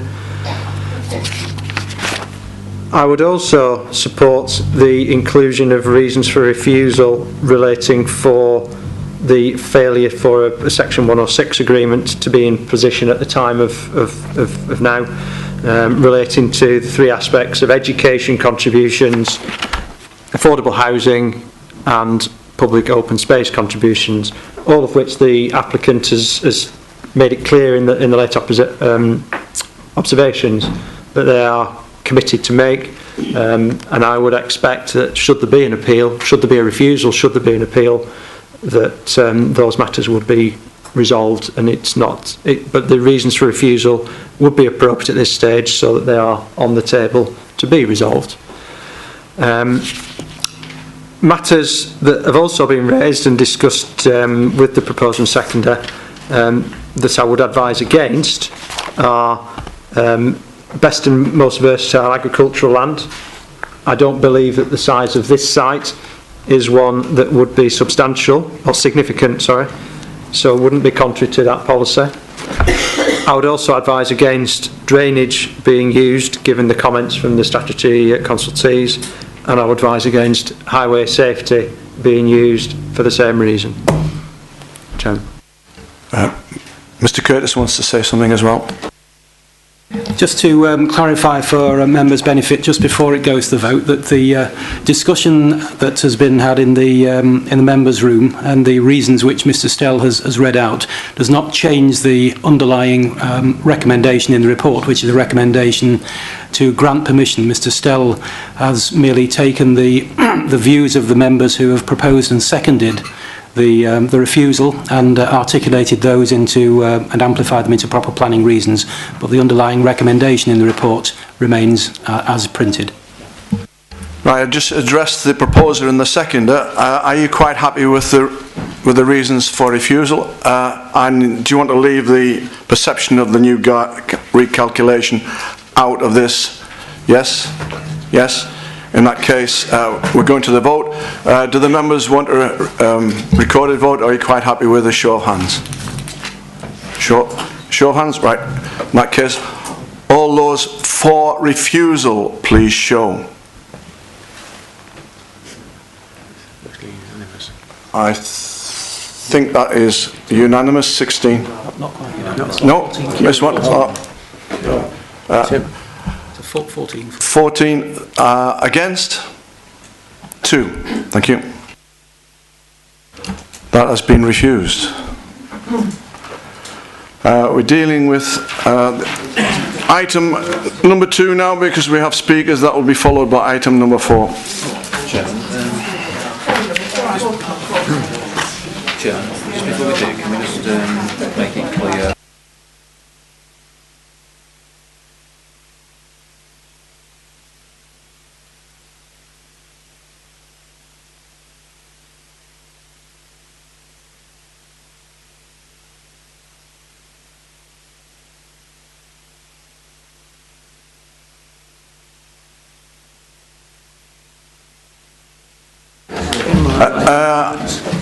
Members, I've mentioned about item number 4. There's no one at the back here to speak on item number 4, is there? Not relevant. Do you want to? Shall I deal with it? We're going to just give you some information on item number 4, because something has come to our attention. So Mr. Evans is going to speak on it.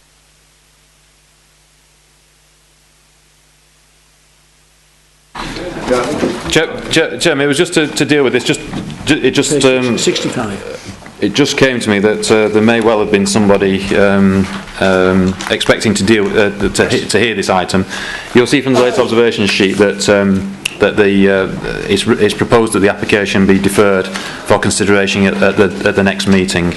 That was something that we discussed the reasons for that deferral at the chairman's briefing, and we agreed that would be a suitable course of action to put to the committee. I just wondered, is it worthwhile just voting on that one? Well, I'm just going to say I'll propose deferment. It's due to personal reasons, by the way, members, and the Vice Chairman. Yeah, I think it's something the applicant requested, and I would go along with that. Okay, we'll go straight to a vote. All those for deferment, please show. That is unanimous. Thank you. Thank you, Chairman. Item number 2, please. This is item 2, which relates to land at Cartford Lane, Little Eccleston. It's page 14 on the agendas. Okay? Yeah. Right, okay, if you want to have a look at the screen, the application site is a rectangular area of land. So it's this area, oops, get the pointer out. It's this area of land here, which is located, it's a rectangular area located behind the series of frontage properties onto Cartford Lane. There's an access between 2 of those properties to Cartford Lane. You've got the Cartford Hotel here and the bridge over the toll bridge over the River Wyre at this point here. I've done the plan slightly larger than normal. You can see how that relates to the Little Eccleston village boundary.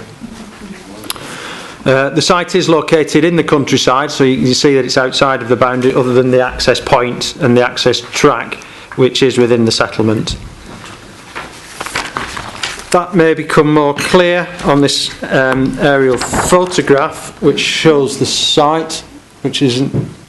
So the application site, just to perhaps get your bearings, this is coming down Cartford Lane. That's the Cartford Hotel, obviously the bridge. The application site is this area in here, with the frontage properties to Cartford Lane, and obviously the caravan site surrounding it.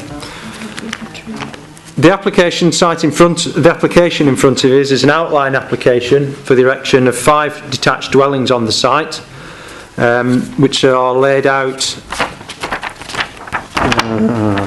Where's this come up? Which are laid out. It's like that. So we've got again Cartford Lane, the access track between the properties, bungalow 1, bungalow 2. And then a row of 3 detached properties on this side, and a turning area in the centre of the site. So it's an outline application with the access, the layout, and the scale of the properties being for decision today. The officer view is that the development of this site will allow an appropriate growth of that settlement and will not harm the character of the area due to the surrounding development in place there. You saw the caravans on the photograph. And so it is recommended for approval, very similar to the previous application, subject to a 106 agreement to secure affordable housing and the satisfactory resolution of a minor outstanding ecological issue which relates to the extent of habitat mitigation in the area rather than impact on any protected species. But I understand the speakers on this, Chairman. There are three speakers. Mr. John Wilcock is first.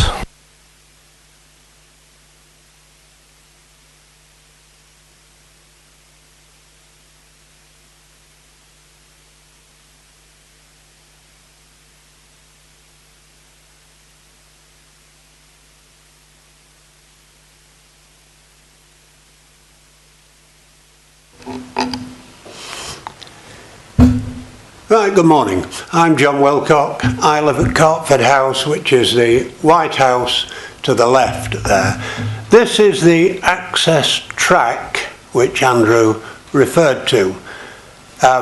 If you now put the second slide up, yeah, you can see that this track is small. That shows the extent of space left when vehicles pass down the track, and we're expecting that quite a lot of vehicles will be passing down that track during the construction. Now, there are several things bother me about this. One, this access track is also the way into the site for the water supply and for the telephone supply and for the gas supply and also for the sewage outflow. All those must be situated underneath this track. Therefore, when they are installed, the track will be out of use if permission is given. And also, if they ever need maintenance, the track will be out of use. And the people living in the 5 houses, if there are any, if it's ever approved, the people living in those houses will not be able to get in and out by car. So that's the access that way. The second point of the access is this narrow track comes onto Cartford Lane, which itself is not a large lane. And although there is a report saying from the Lancashire County Council that there's no problem with access onto the road, it is our feeling that there is a problem. It is not easy to turn out there, especially when some misdirected 40-tonner has come down thinking he can get across Cartford Bridge because his sat-nav has led him down there. So that's the access. Now, could you put the, have you got the layout of the site? Have you got Mr. Turner's layout of the site? Yeah. When we come to layout,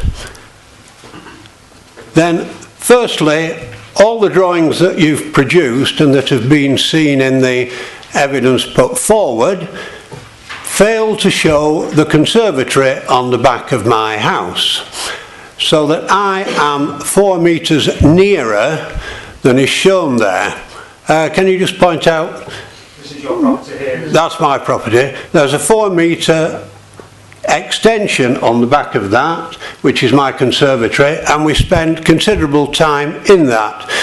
You will notice that property number 5, I think it is, the nearest to me, is very close, yeah, and is in fact almost immediately outside my fence.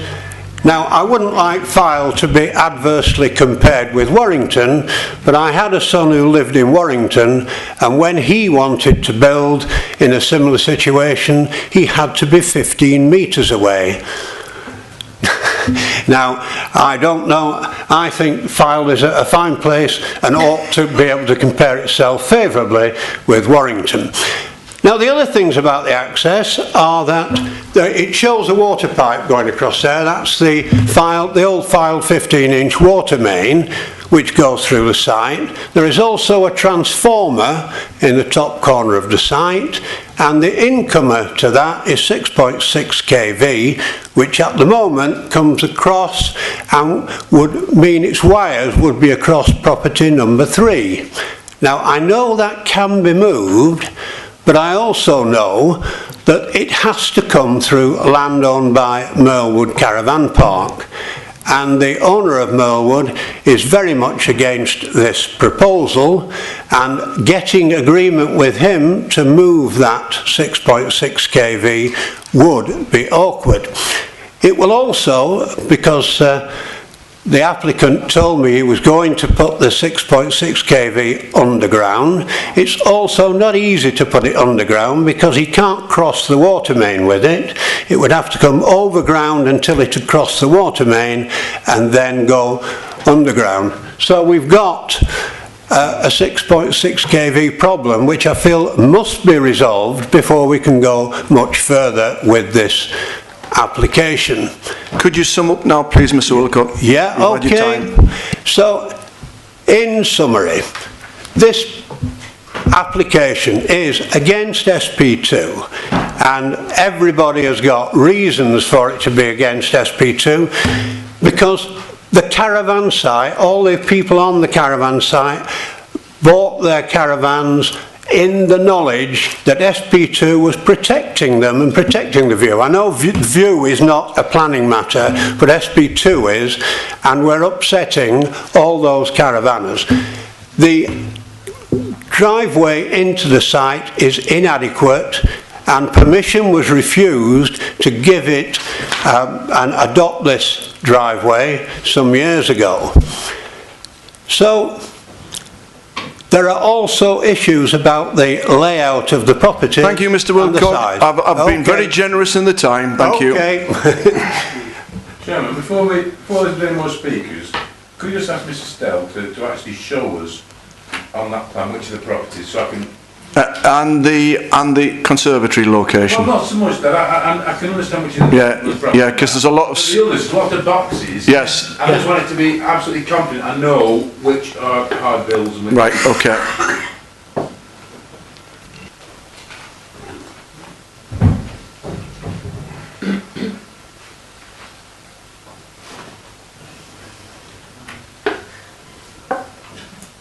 Pointless people speaking if I'm not be able to, no, you're quite right. See what's quite right. No objection to that whatsoever.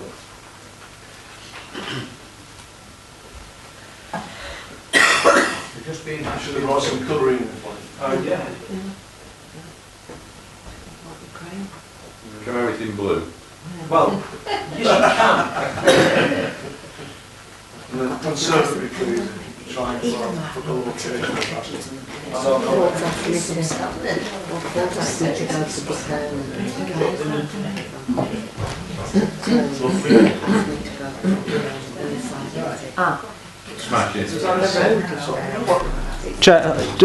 Chairman, for the benefit of Councillor Mulholland, I've hatched in the areas of the property, so you've got one property there, one property there, one property there in the hatched areas, and then 2 bungalows either side of there.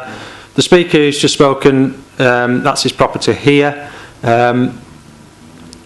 That's roughly a 4-metre projection. I've not seen the conservatory myself. The hatched area under number 1? Yes. The properties are... What's the area to the left of that? That's part of the dwelling. So all of that hatched is dwelling? Yes. Right, okay. One dwelling, yeah. Sorry, I hatched all that. That's one dwelling. That's okay, thank you very much. It's quite a large property. Richard Furnivall, please. I'm afraid he's not here. He's not been able to make it. Okay. Steve Turner. Good afternoon, everybody. Thank you for hearing me. Before I begin upon this, what I planned, I better just address the issues that Mr. Wilcox has raised. A 4.5 wide road is a standard width to any housing estate and 2 cars can pass. I think that picture that was shown is a bit misleading in that respect, and it's perfectly normal for the services, and they will all be brand new, to run down the centre of that road, being new services. There'll all be the approval of the utility companies, and there's no reason to suspect anything would go wrong with them. If something went wrong on the access to an ordinary house, often people do get blocked in momentarily, and you may ask permission to park up the road or in the pub car park just while those repairs were done. So the important thing to say about this site, as you've seen there, is that it is surrounded on all 4 sides by development and isn't like an appendage outside of a village settlement which has caused such deliberation in that earlier application. The land itself has never been farmed. It was a selection of run-down old buildings. It's been a dumping ground for rubble, hardcore, all that type of stuff. So it certainly isn't, although categorised as countryside, isn't countryside in that you could use it for such a use. All the objections that have come forward, rather than try and deal with them one by one, I've counted up and given them under headings. And it seems to me that there are like 11 issues regarding access. Now, you've consulted with LCC Highways. The guy is perfectly happy with it. We have employed a traffic consultant who did traffic counting. He assessed the site and it was involved in a dialogue with the planning consultant. And as far as access is concerned, with an LCC Highways officer accepting the access in, surely that surpasses the sort of gripes that have been raised by neighbours and the like. There are 11 planning policy problems that have been raised by various people, and on page 20 of the planning officer's report that does address all of these issues raised on items such as housing land supply shortfall, which you've discussed greatly today, the local plan being out of date, the low scale and sensitive development would not intrude upon the character of the village. And I would say of Mr Wilcox's plot 5, although the planners are happy with the distance and the scaling and mass, we're not applying for full permission on this particular. That could be addressed later to be exactly suitable to Mr Wilcox. So we're not being difficult about that, but we were asked for a massing to show the general volume of the properties on the site. And after all, the planning officer has a recommendation for approval. So regarding all the issues raised by Parish Council, Mr Wilcox and whoever the CPRE are, then surely it's the planning officer who's best qualified and placed. If he's recommending for approval, then surely he's looked at those issues they've raised. There was specific mention about housing need from the Parish Council and from Mr Wilcox. Comments like houses having been on the market a significant period and not sold, no demand for them. Well, I've got such a good reputation for building one-off quality individual houses. We've won all sorts of awards for quality build, design, that type of thing. We've got 5 people really serious in these already, and several others that I took as being with a touch of salt. But I do think they'd sell, and I think they would be an embellishment to the village. In terms of refuse, 5 Borough Council refuse officers been to. If you could conclude now, Mr. Turner, you've had your time. Okay. Please. Yeah. Well, the refuse are happy with the site. Ecology, we've given a wildlife corridor across the site so that animals and ecology can be absorbed into the site. And basically, we feel we've done everything we possibly can to satisfy all the elements of the objections. So thank you very much for your time. Mr. Stell.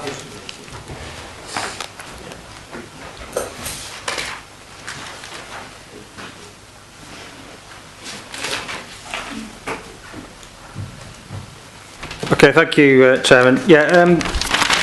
Could someone turn off the mic? Sorry. Just to put a bit of context into for those not familiar with this site, got some photographs that show what we're looking at.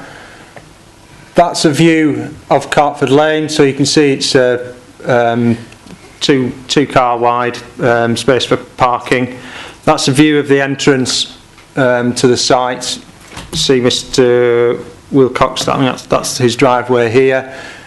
That's the application site entrance, and then you've got the neighbouring property to the other side. Looking down into the site, there has been some work to undertake some clearance of the vegetation on the site recently. So if we look down the access track, that gives the width. Again, Mr Wilcox's property on the left hand side. Looking at it the other way, that's the property on the other side. And then looking, sort of turning through 180 degrees, looking into the site, that's where the access road would generally follow the gravelled area, and then you'd have the bungalow properties on the left and the house properties on the right, which would then come into that area looking up towards the caravans that that are on the top of the slope and obviously surround it. Can I just ask a question? What you've shown there seems a lot different from the aerial survey you showed when the site was full of trees. Yeah, we just got to query that. Yeah, there has been some clearance of undergrowth and some of the overgrown vegetation on there. I will cover trees in the presentation if that's okay, Vice Chairman. And then looking back at some of the properties, that's the rear elevation of Mr Wilcox's property. So looking at the position where one of the dwellings is proposed, looking the other way down towards the Cartford Hotel and the river in that direction. So hopefully that gives you a bit of a flavour of how the site now appears.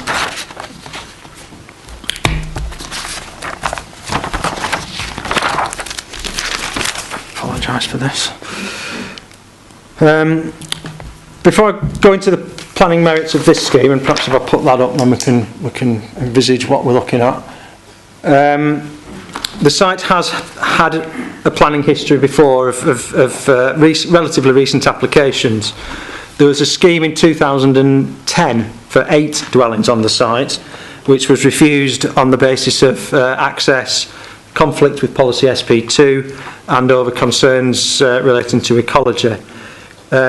Clearly from 2010 that predates the MPPF and was for a larger scheme, so cannot dictate a refusal here. Automatically we need to look at the material considerations. This application itself was originally for 3 dwellings, not the 5 that's now presented.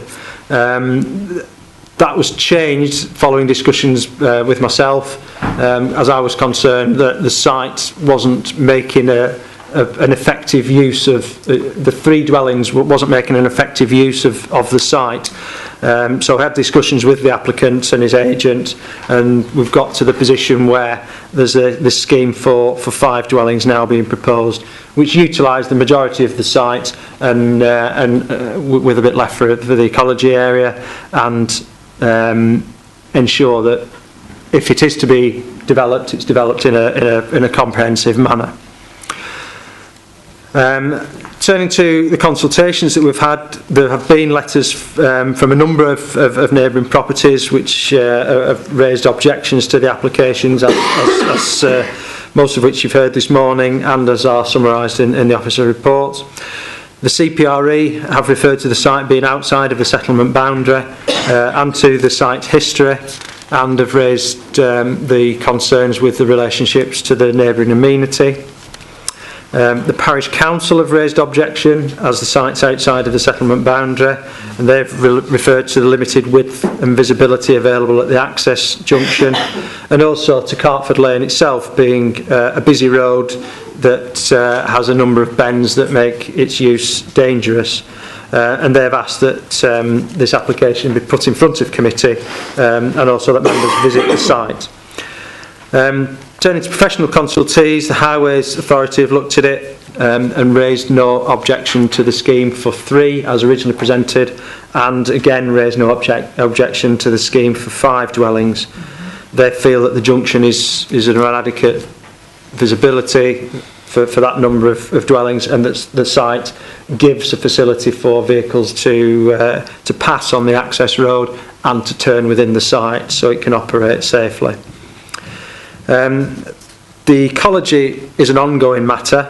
There has been a recent revision to the site, to the scheme, to provide an ecological habitat buffer strip around. There's no issue with protected species, but there's concern that from the aerial photograph it had the opportunity of providing general wildlife habitat. The site boundaries here. At the other side of the site boundary is an area of open space associated with the caravan park. What we've asked the applicant to do, and what he's done on this plan, is to provide an area of buffer strip within his site that provides relief to that boundary.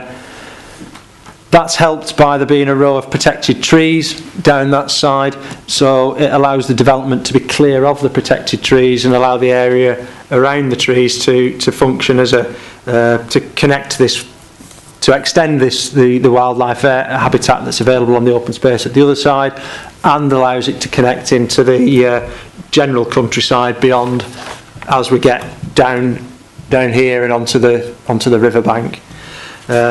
So that's just something that I'm awaiting final views back from the county ecologist on that, but I'm not anticipating there being any issues. The final consultation comment I'd like to raise is from the caravan park, who have objected to the development based on what they see as a loss of amenity to the caravan owners, the holiday caravan owners on that site, and therefore an impact on their business.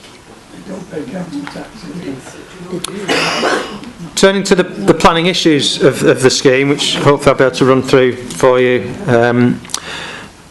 The principle, it's outside the settlement, but the latest position is that the council doesn't have a 5-year housing supply. This site is located immediately adjacent to the settlement, and it's also in an area where perhaps some of the visual impact concerns that we discussed on the previous application are much less valid, given the way that it is surrounded by the caravan development. It doesn't have that visual harm to the countryside. It's also at 5 dwellings. It's obviously much smaller in scale, albeit Little Eccleston is a much smaller settlement than Steyning. Previous applications was refused on the basis of it being countryside. With the current 5-year supply situation, I would advise that that's not something that can be sustained in this scheme, and that the principle of the development is an acceptable one. The access track, the width is limited, but it is adequate for the scale of development that's proposed. LCC concur with that view, and don't feel that there is any justification for a refusal on access grounds. I've explained the ecology position in terms of the representations we've received. There aren't any protected species found on the site, and the habitat, the changes to the scheme address, or I believe they address, concerns over the loss of general habitat. As I said, there are protected trees around the site. Those trees are located on the perimeter of the site.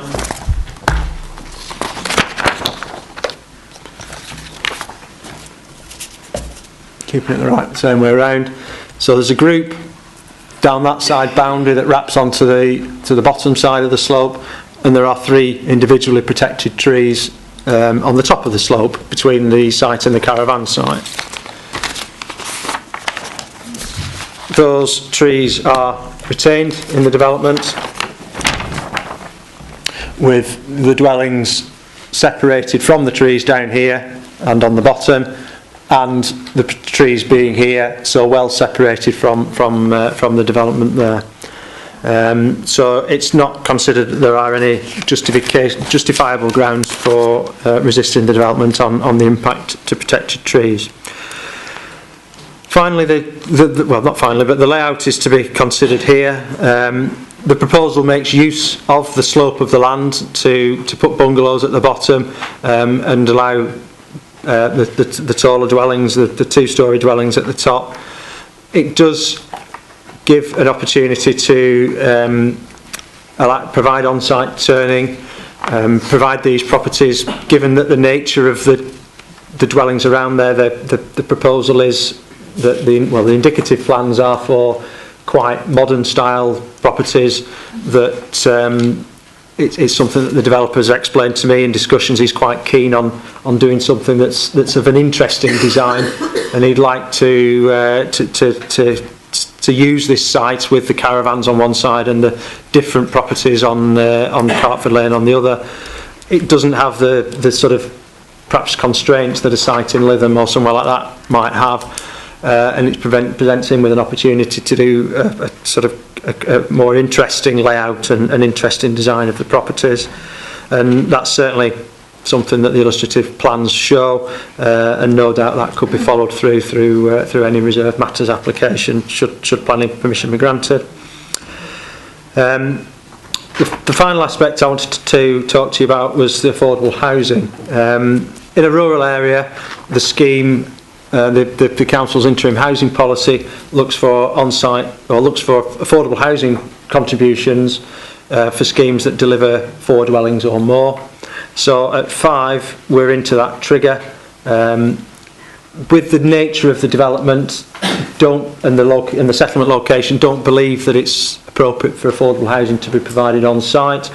So proposing to negotiate with the applicant to agree a suitable commuted sum to allow affordable housing to be delivered off-site, as has been the case with recent discussions around Ray Green, for example. So the officer recommendation to you is that planning permission should be granted, subject to the resolution of the 106 and this resolution of this ecological issue. Chairman. Thank you. Councillor Mulholland. I've done it for you. Oh, thank you.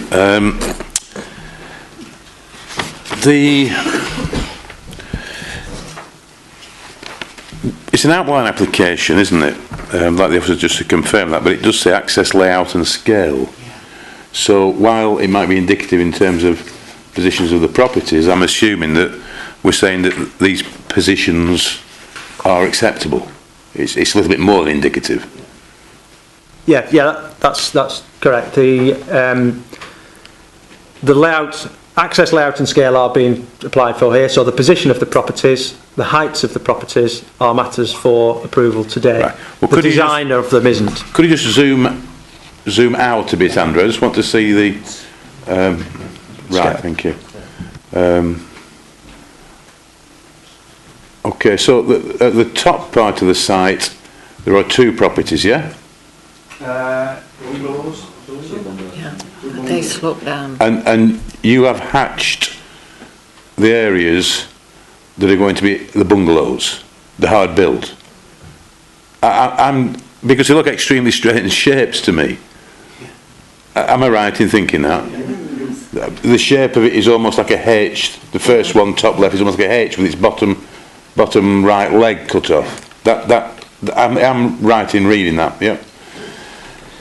Well, they look enormous, don't they? I'm trying to get the scale between that and Cartford House, was it? And they look tremendously large properties. Not that that's an issue. It's just an interest to me. The relationship between number 1 and Cartford House, presumably that will be a back to side. And what are our preferred options on distances for back to side? Chairman, can I perhaps come back on those points? Yes, just to clarify some of the things I was nodding for the benefit of anybody who couldn't see me nodding. The hatched areas are the dwellings, and they are large properties, albeit it's single-storey footprint. Yes, the top 2 are bungalows, yeah? Yes. These, the top 2 on the 2 that I'm circling here, which are at the bottom of the slope as you look at it, but at the top of the plan are the 2 bungalow properties. So you've got garages where you come in here, and then you've got bedroom and living room accommodation. My understanding is that the design is there to allow the benefit of views out that way across the River Wye. I think you'd see that. The properties at the at the top of the slope, at the bottom of the plan, are the two-storey dwellings with the garages. So you've got two-storey on the bolder bits that I've done with a garage at the front. And that relationship there is one that is considered to be acceptable in that relationship. With it is the side of that property. Again, it's pointing out over the estuary views, over the river views, which backs onto the rear of, or backs onto the fence line of the property at the first speaker occupies. Well, I'll just continue, Chairman. I don't actually have a problem with the access. Firstly, it reminds me quite a lot of a scheme we approved at Freckleton a number of years ago called Dibs Pocket, which has proved to be quite successful, not to be a problem. Access probably even more restricted than this, but quite a nice use of a pocket of land that was almost landlocked. And I find it quite ironic that one of the objections is the caravan site, because it's the caravan site that has really created the situation for this piece of land. Were it not for that situation, I think most of us would feel that, you know, this is a non-starter. But this piece of land has been almost sterilised by it. It is locked away. I can understand the applicant saying it's really good for nothing other than a dumping ground. So I've no problem with the principle, and I've no problem with the access. The scale of it seems to be, as the officer says, is yeah. The scale of it, I think, is probably appropriate. The size of the houses, well, in a beautiful location, a beautiful little hamlet with a beautiful view, you know, I can understand that. That's fine, no problem with that. The only slight problem that I do have, and bearing in mind that the ones at the top of the plan, which are further down the slope, are bungalows, but the ones at the bottom of the plan, moving up the slope, are two-storey houses. But it does say in the report that they're going to be dug in to the slope to some extent. I am concerned with the relationship between number 1 and Cartford House. Not so much that, you know,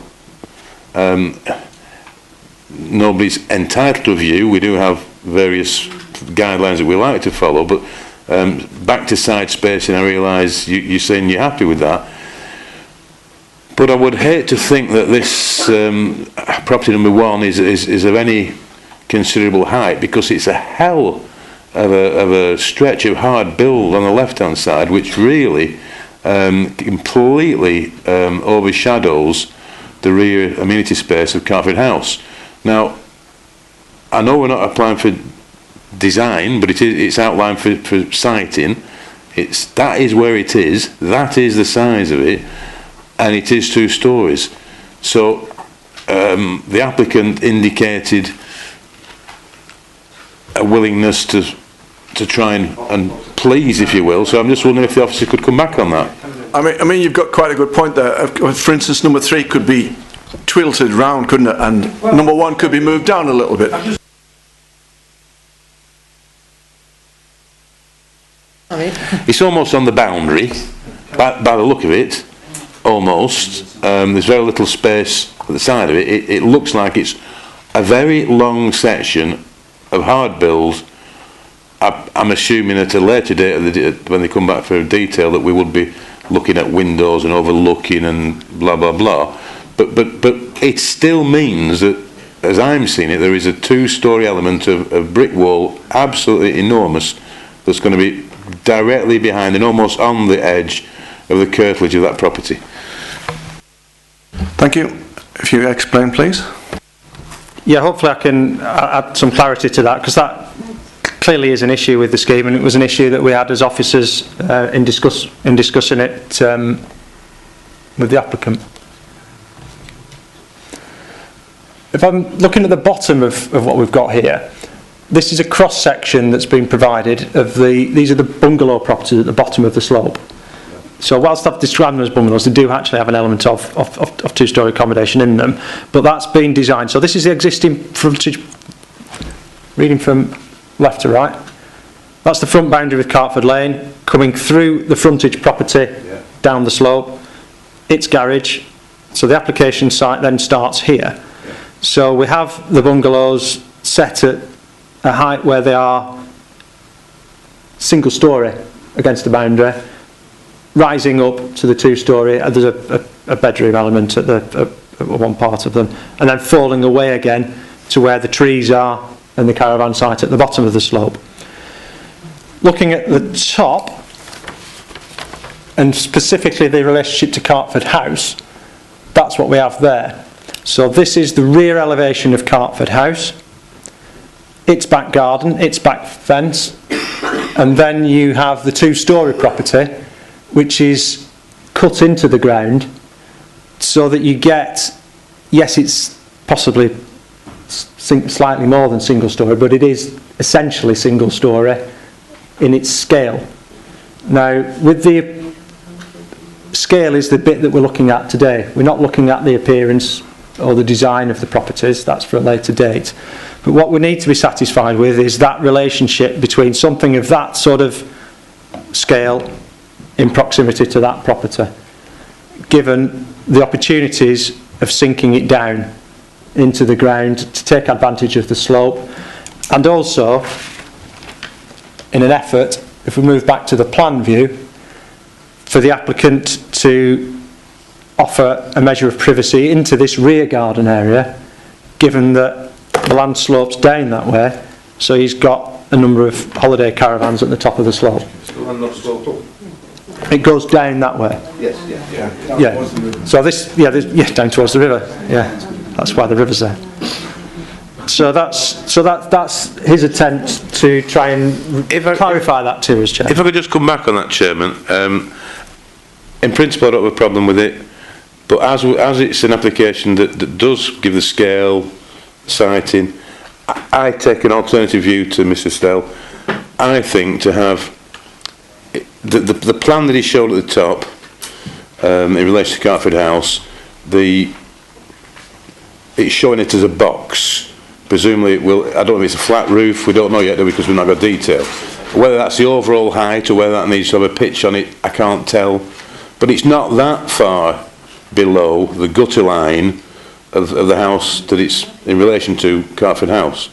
It's not that much lower than the gutter line. I think it is, or I think it will be detrimental to that amenity space, and I'm not particularly talking about the conservatory, I'm just talking about the amenity space as in garden. I think that is detrimental. I think it's a very fierce feature to have a hard wall so close to the boundary, and it is the length of it as well. And I think that's very undesirable. Personally, I think that's unacceptable. In form, what we usually say, form, massing, scale, whatever. I think it could be detrimental. I've no problem with the overall plan, but I'm just wondering if we can. I'd be happy to move approval, other than for that single issue. I'd like to move deferment, actually, Chairman, if that will help. For what reason, please? The ward councillor is on holiday at the moment. He has asked me to move deferment this morning. You've seen the comments of the parish council, and they are particularly asking, and so is he, for a site meeting. So I said I would ask the committee to consider that this morning, and given what Councillor Mulholland has said, it might help with the siting as well. Chairman, I find the notion of deferring it because the ward council's on holiday a bit unsavoury, to be honest with you. But what I'm saying is, the only thing that's stopping me right now from moving approval is that aspect, and because the application in front of us is for scale and siting, I'm looking to the officers to say, is there any way it can be minded to, providing that there's some treatment to that property, it can be stepped off a little bit, reduced a little bit. I'm finding that I'm in total agreement with that respect, because looking at the site plan, I think you can actually twist number 3 around a little bit and move number 1 and number 2 a little bit further along. So I'm asking through you the direct question: can we alter the siting of some of those buildings?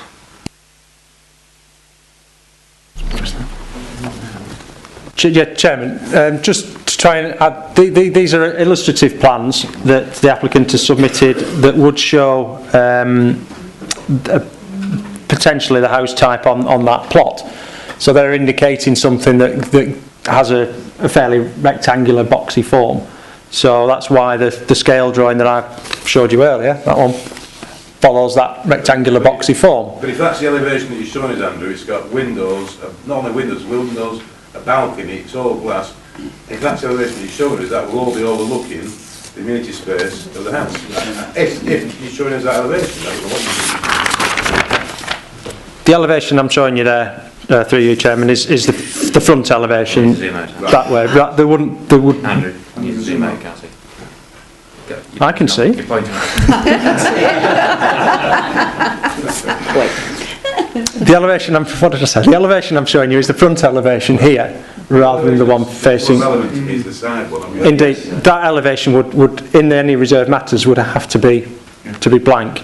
I mean, putting that aside and coming back to the proposition for a deferment, clearly that's within the committee's gift.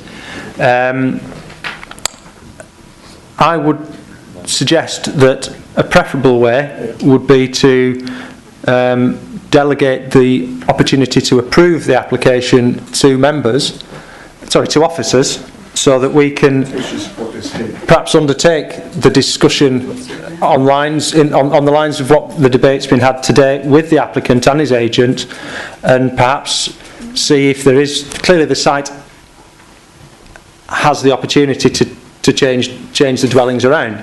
If there are concerns over the proximity to that property and over perhaps some of the other relationships, then that's something that no doubt the applicant's heard, and no doubt he'd be willing to enter into meaningful discussions with us in an attempt to progress the scheme. He's already made that commitment to the first speaker.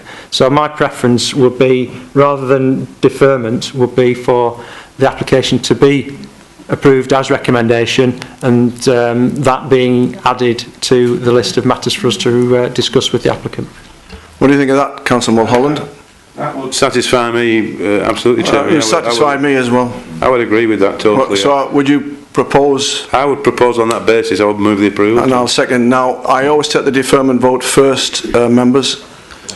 So I've got a proposer for a deferment, and I think I heard a seconder for deferment for the same reason. No, for a different reason. Sorry, Chairman, I just came in to see if it would help Councillor Mulholland. But I know the area. I do think it's narrow, and I know very well that the County Council has not supported it. However, I think if members were to go out there and have a look at this site, they would be quite concerned about the narrowness and the fact there's no pavement. And Little Eccleston has a big problem with caravans, and it's got more caravans than houses.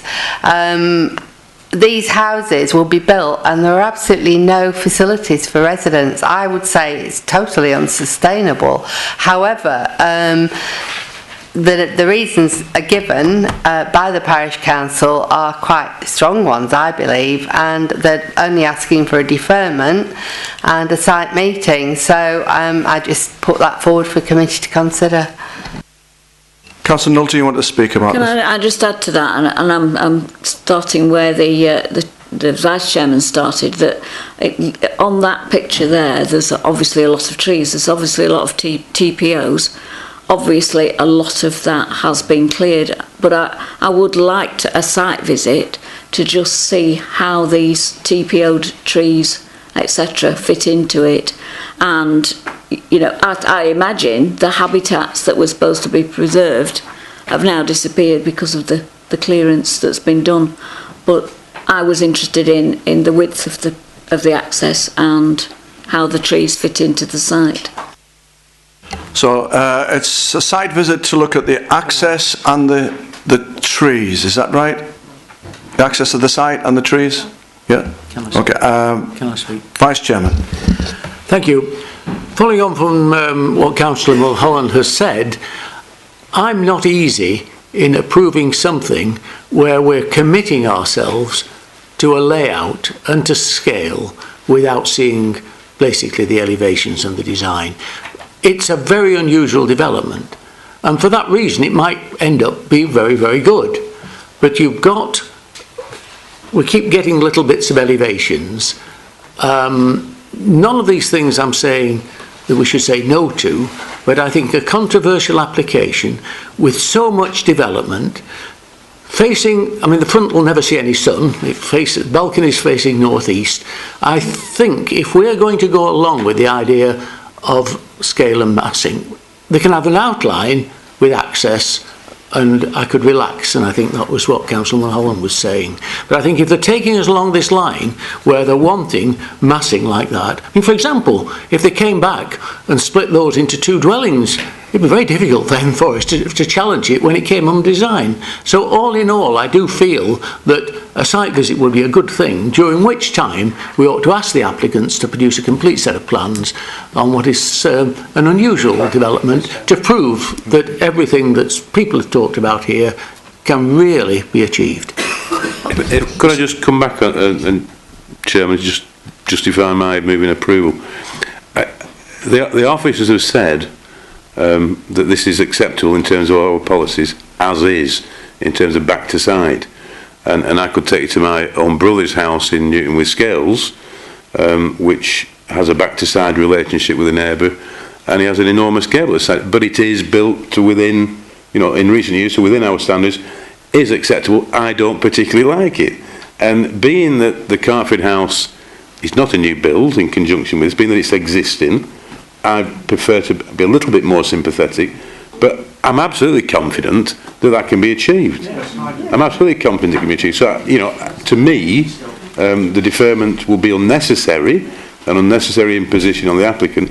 I think the access, I don't have a problem with in the slightest, to be truthful. The size of the hamlet, the size of the place, if it were bigger, it would be more. It would be more of a problem to my way of thinking. It's one of these nice little nicky nooks. It's big enough for the traffic that it's going to handle. I don't have any problems with it other than that one aspect, and so I would still be happy with the approval, subject to the officers seeking to find some sort of improvement between the relationship of those 2 properties. Thank you, Chair. Mr. Stone.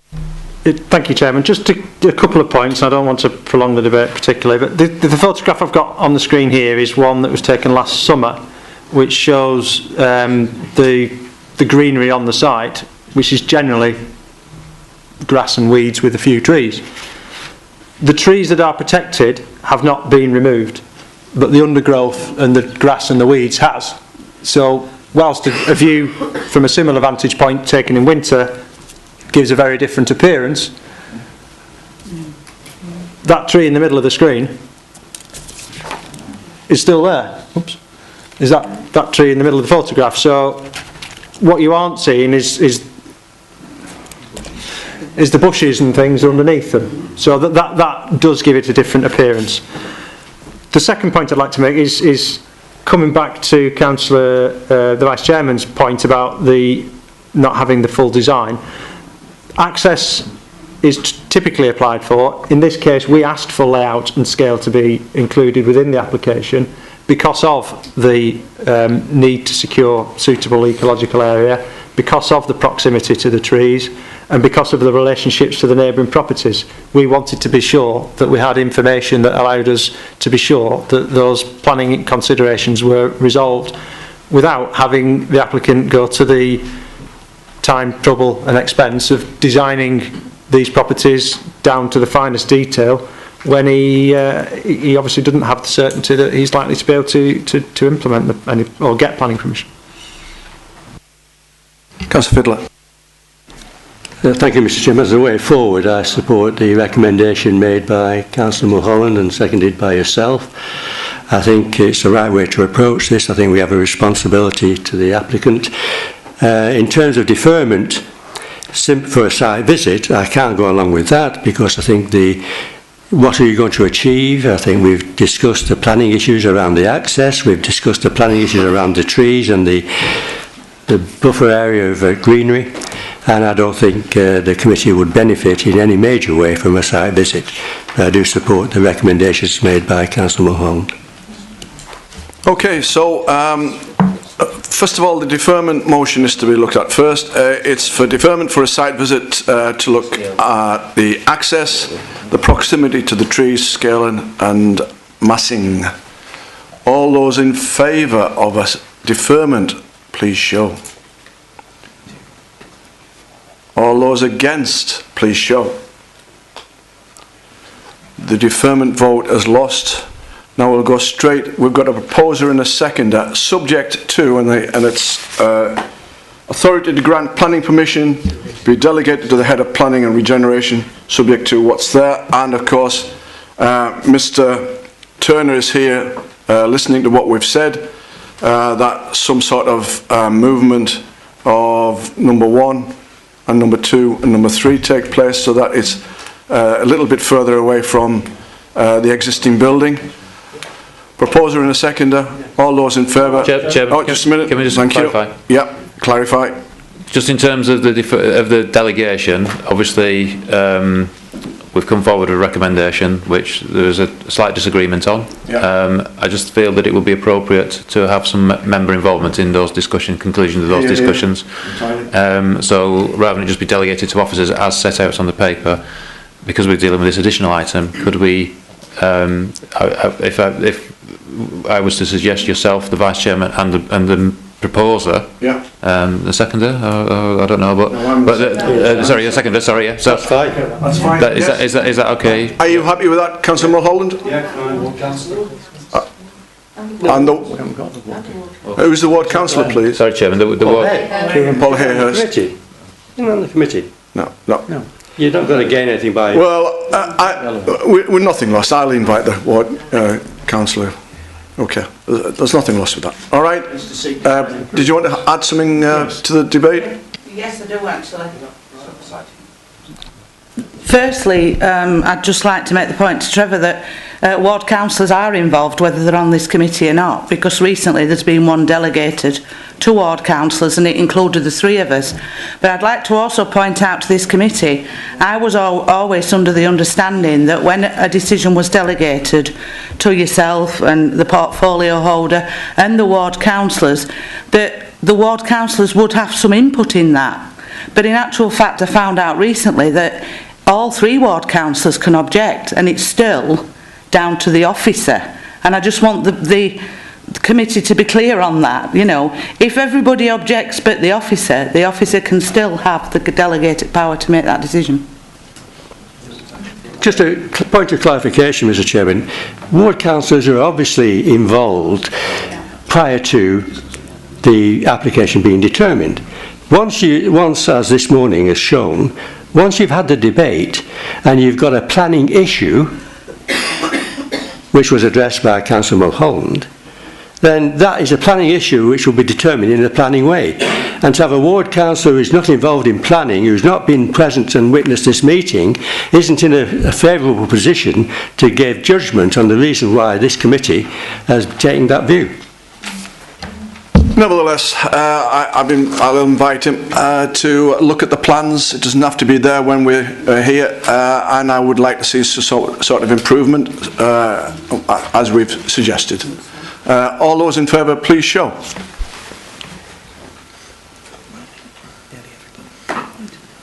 Against? Abstain? 2 abstentions. 3 abstentions.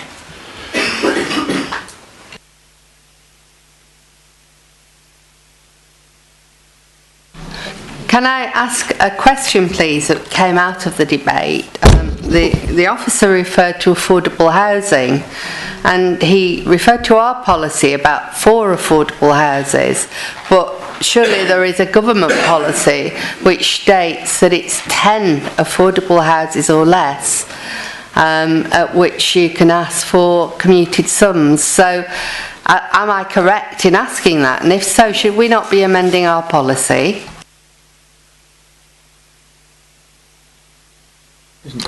Not quite, Chairman. Yes, it's nearly. Yes, the situation at the moment is the government have announced a consultation on potential changes and introduction of a minimum threshold. In addition to the numbers that Councillor Rhodes rightly refers to, 10 units being a minimum, there's also a reference to a floor area as well. So you might actually have a situation where a smaller number of larger dwellings actually still bring with it a requirement for contributions. So in terms of that, it's out to consultation. There's not been a change yet. It is something that's on our radar. It's something that we have actually discussed as officers as to how we should respond to that if and when that comes forward. And it's suggested that we look again at the interim housing policy as a further revision. Mr Chairman, just to confirm that once the consultation exercise and the message has come from the government, we will change our...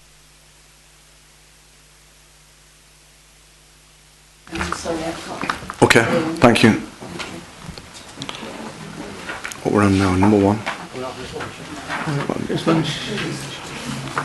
Yeah, well, hopefully lunch has been... It wasn't there when I looked in. So... Who are the people celebrating? Has lunch been put out, do you know? Yes, well, number 1. Yes, please. So, is this about asking who? Yeah, who's here for what? Yeah. There are 2 people. Can I just ask at the back, please, is there anybody listening to any of the applications that are... Number 5, in that case... Let's take it.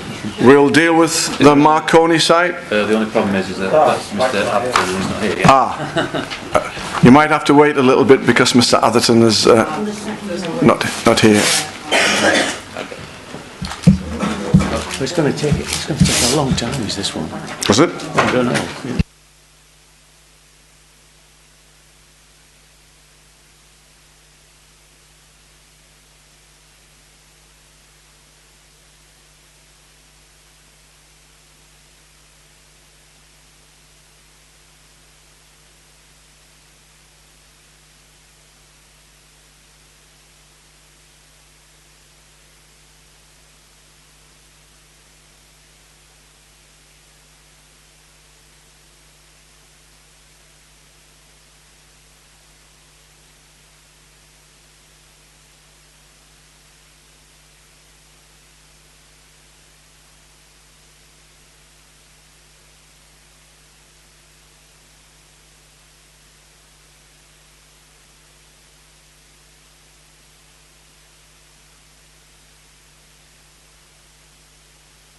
I think while we're waiting, we'll deal with the first item, if that's okay with you.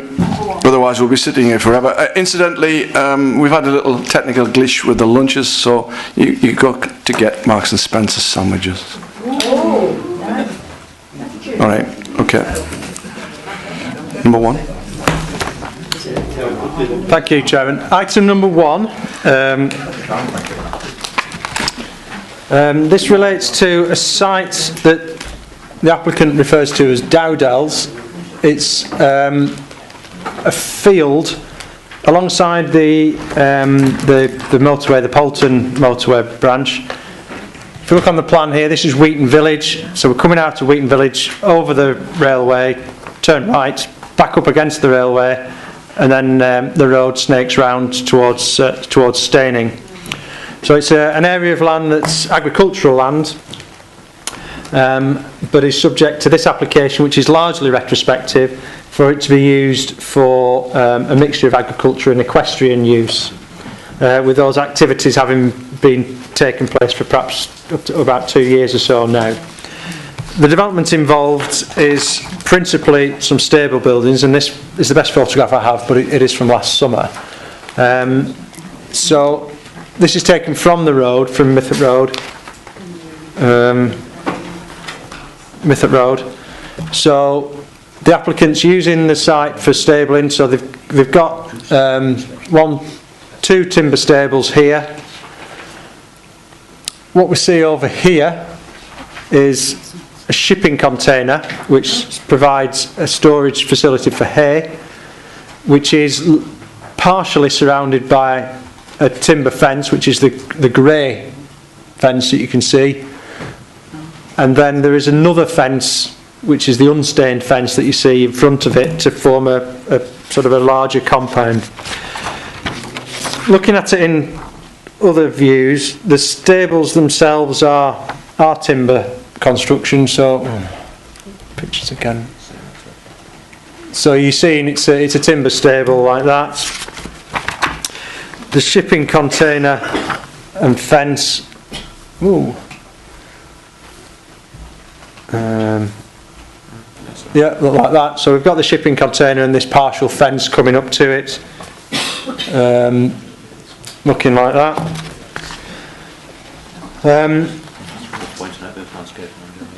There is some landscaping that you probably can't see very well, but there's some landscaping that's been planted along the front of there. In terms of the consultation response we've had, the parish council don't object, but one neighbour does, expressing concerns about visual impact, there's a mobile home alongside the shipping container, so they've raised the suggestion that that's occupied, which it isn't. And then there's also a dispute over some land ownership matter. And the application's in front of us at committee today due to the size of the site involved. The land's, like the other applications, is in the countryside, but unlike the other applications, this is a rural type use and so is in accordance with policy SP2. Obviously, keeping of horses, equestrian activities are something that's common across the borough, and so officers believe that the principle of the scheme is acceptable, particularly given the limited quality of the land, which has constrained its use for other types of agriculture. Officers have no issue with the timber stables. There's some hard standing that's been formed around them. There's a sand paddock which is proposed to sit alongside the railway embankment next to them. Those are all common features for equestrian activities in the borough. The officers, or as officers, I have concerns over the visual impact of the scheme as it looks, and that's part of the reason that it took some time to get to this point, to get it to committee, because I've been weighing up how best to deal with that.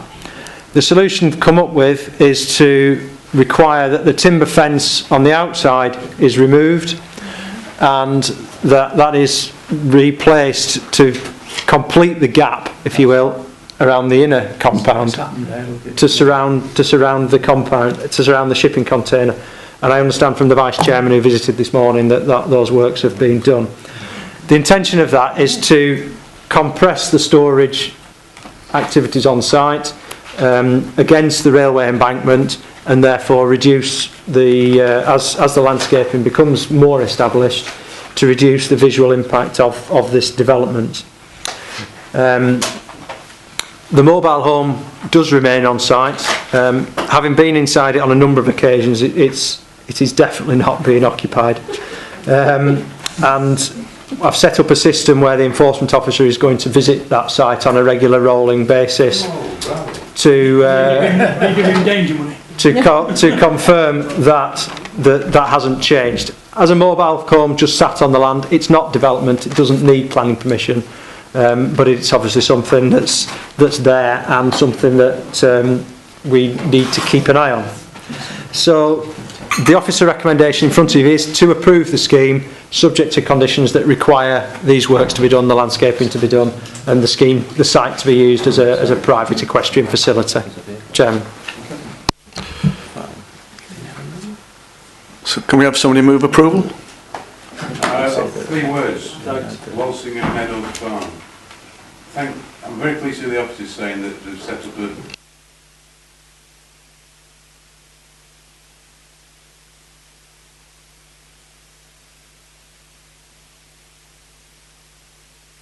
certificate of lawful use. It's the bane of my life. That's very good news. I hope we can do that more often. Set up a system where we have a regular visit to make sure that nobody is. But other than that fear for the future, I would move the recommendation, Chairman.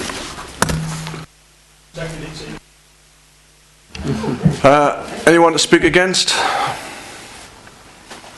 Okay, all those in favour, please show. Anybody against? Any abstentions? Right, unanimous. Item number 5. If it arrives. Will you go and run and tell me if it's arrived? You've got out to Marks and Spencer's for it. I know that. It'll take a JCB to load it up and bring it over.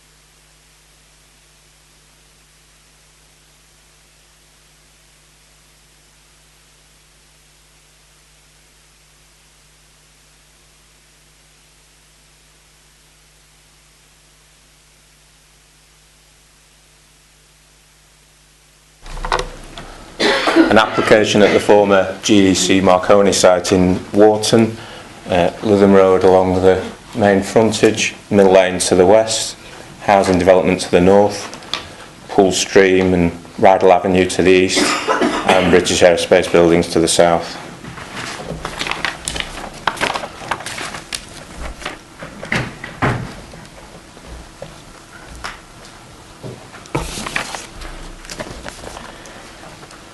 So the previous application was a hybrid proposal which granted outline approval for a residential development and a full application for the means of access.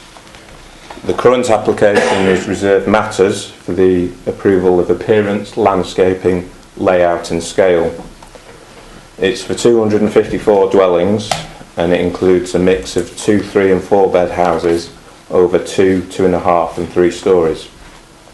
And it also includes 26 two-bedroom affordable houses in accordance with the agreement at outline stage. It delivers areas of public open space throughout the site, and in the centre this would be laid out as a formal park with play provision, and there is a landscape footpath and cycle link to Mill Lane to the west.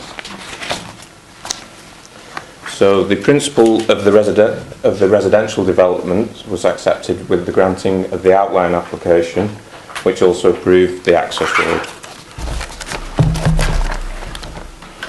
So the public open space, the main area of public open space would be situated in the centre of the site.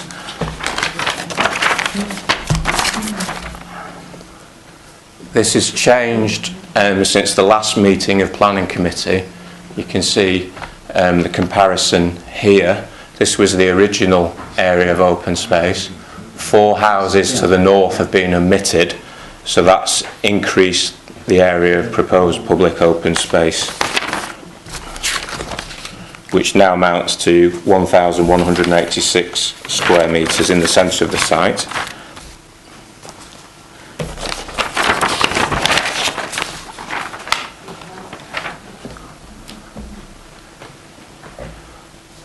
Another of the issues relating to why the application was deferred at the last meeting of Planning Committee was a concern about the position and the number of 3-storey houses and overlooking towards Rydal Avenue. So the applicants produced a number of cross sections. This is at this point in the site, which is between a proposed Helmsley House type, which is a 2.5-storey dwelling, looking towards the back of number 26 Rydal Avenue, and that shows a separation distance of 46 metres, which exceeds the council's guidelines for overlooking from a 2.5 or 3-storey property. The normal guideline would be 26 metres, so this proposal is satisfactory in terms of those guidelines. Again, another cross section, a Helmsley House type, towards the back of number 36 Rydal Avenue, and the distance is 44 metres.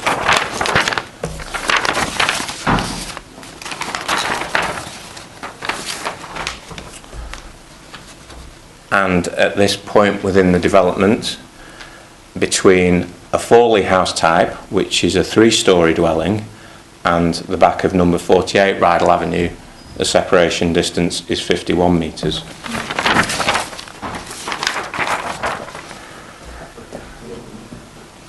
So you have some computer-generated images of the proposed development. This is looking from Pullstream, looking towards the main access road and the houses beyond, which includes there are 3 remaining 3-storey houses along this elevation. The applicant has changed that. There were originally 11 3-storey dwellings proposed, so that's now been changed to 3. And then another view across the main access road looking into the site. So in terms of the density of development, what's proposed is 32 dwellings per hectare, which complies with policy HL2 of the adopted filed local plan, which talks about a density of between 30 and 50 dwellings per hectare. The outline application required contributions of 75,000 towards public realm and 60,000 towards public transport, and the applicant remains committed to this level of funding. So in conclusion, your officers feel this is a well-designed scheme, delivering open space and ensuring residential amenities protected, whilst boosting housing supply and assisting with the delivery of the enterprise zone through the access to it.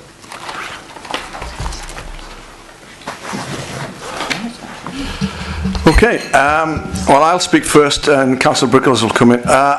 As you know, we deferred this because we weren't happy with 2 elements. One of the elements which I suggested was that the open space wasn't large enough, and I'm pleased to see that they've increased it by 3/4 of an acre, although it does look perceptibly larger when you looked at the designs. And the other element which Councillor Brickles, I'm sure, will speak about, in which case I'm going to move approval. Councillor Brickles. The chairman's quite right. There were 2 issues at the last planning meeting, and all I'd really like to say about this is I'd like to thank Barratt Homes and to actually thank Cass Associates for taking those concerns away and actually, you know, doing something about it. It's very rare that developers do that quite so willingly. I did have a site meeting with them which I'd requested, but it was a very good site meeting. They spent a lot of time with himself and other councillors, but by the time we got there, they'd already actually revised the plans and the issues had mainly gone. There are still a few concerns overlooking, but that's the residents who have obviously had nothing behind them for many years. So, but I am extremely pleased that a developer has worked so well with this committee on this occasion. Yes. So, and I second that. Now, before we move to the vote, the Vice Chairman wants to speak. Yes, I'm happy with everything that's been said so far. Could you just put the landscaping scheme up? I'm also happy with the landscaping scheme, the open space and what have you. Within the edge red, I think, on the other side of the bypass, the elbow, is the areas of land where there are a lot of trees. Those have been taken out. I stopped at the site entrance yesterday, and of course quite a lot of the landscaping on the end of the Kirkham bypass has had to go, but it looks as though it's been done ruthlessly. Now, I believe that might be outside the applicant's interest and has been done as part of the road by BAE.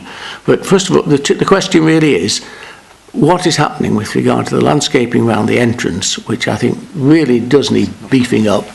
It's not part of this application. And what is happening to the landscaping there to the right-hand side within the site edge red, where a lot of the landscaping has been taken out? It's a good question, but it's not part of this application. And in all honesty, it isn't. The officers don't need to answer this. Is it not within the site edge red? In that area. No, opposite the development. Come down a bit. Down here. Within the site edge red, is it not? Yeah, that's right. There's landscaping proposed in that area. Yeah. Oh, fine. It's not shown on that plan. No, it's not. No, but it's shown on these plans. Right, thank you very much. Just leaves us with the entrance, doesn't it? That's under the previous. Okay, thank you. Okay, Councillor Fiddler wants to add something before we go to the vote. it's really following on from this question of landscaping, and I'm quite happy with the separation distances on the eastern boundary between the proposed dwellings and those properties on Rydal. Prior to this development taking place, there was a natural boundary of trees which have been taken away, which I was dismayed to see. I thought that the preliminary discussions with the developer, that ought to have stayed. So it makes the landscaping on the eastern boundary, the sensitive boundary, with, and you mentioned of properties on Rydal Avenue, which is in my ward. Could you just draw attention to the proposed landscaping on that eastern boundary? Part of the plan that I've just shown along. Sorry, part of the plan that I've just shown, it's in two sections. The northern area, there's landscaping proposed along Poole Stream, and then carries along between the access road and Poole Stream as well. Some trees have been removed, but I think it's important to note that a number of trees remain and have been cut back, and obviously we're seeing them in the winter months, but at the recent site visit it was evident that shoots are emerging, and there'll be quite a different picture in terms of the landscaping in late summer. Councillor Brickles. I just basically wanted to clarify what Mike said there. There is quite a lot of landscaping. It was going in at the time that we were on site, and the trees, a lot have only been cut back, and they will come back. Thank you for that. And I agree with exactly what you said. And we're so pleased that the developer has been working with the officers and the councillors. Okay. All those in favour, please show. That is unanimous. Thank you. And I'm afraid the sandwiches have not arrived yet. We have sent out someone to shoot a double-barreled. I know. Right. Item number 6. They're there. Are they there? Let's go for 6. Let's go for 6. We'll go for 6, and then we'll see if the sandwiches are in. Hold on. Is that Andrew? Oh, sorry, Andrew's disappeared. Yeah. So let's have lunch. Let's have lunch. Sorry, Chair. I've been overruled again. Sandwiches, everyone. If we get back here for about 1:45, if you can, please do. Item number 6. I apologise. I was in discussion with Yes, we've lost 2, I'm afraid. did you get the message? I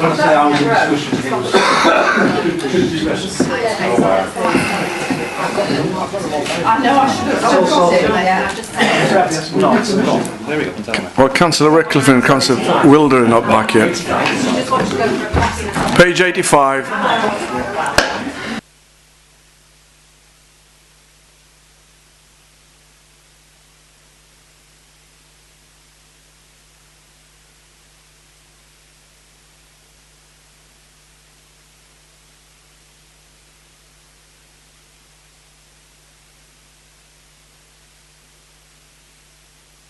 I believe this is a member of the public, she's just gone to the coffee. She's here for item 8, but I would be asking for the item 8. Well, we're doing... Work out why the screen's not working. All right. It's behind me. Our screen's working. Yes. What's the problem? That one's not. Well, I suggest there's something's come out at the end. Did you want to do that first before I kick off? I think it's how it is. It's gone through or something. So. All right. Are you ready with item 8, just in case? Well, not really, because... No. Yeah, I agree. Item 6. Item 6. Item Then we'll 6. look at Hello? see if the other person comes in. Hello? Yeah, item 6. Progress Business Park, page 85. Progress Business Park is a former mill complex, I think, converted into a range of employment uses in Kirkham, just off Orders Lane. The proposal here relates to it's 2 units joined together actually in the sort of the middle of the building, middle of the site. You see it on the plan there. In photograph view, you can see that the units I'll zoom in a little bit. So that's one end of the unit. So you can see it's something run of buildings converted into an industrial type use. Yeah, that's the other side. So you've got the entrance there with some sort of parking areas, and finally that's the back side. Sunny day. The proposal in front of us relates to the establishment of an operation based on the importing, raising, storing and then retailing of reptiles, insects and other exotic pets. In terms of the premises, what they're doing to them internally is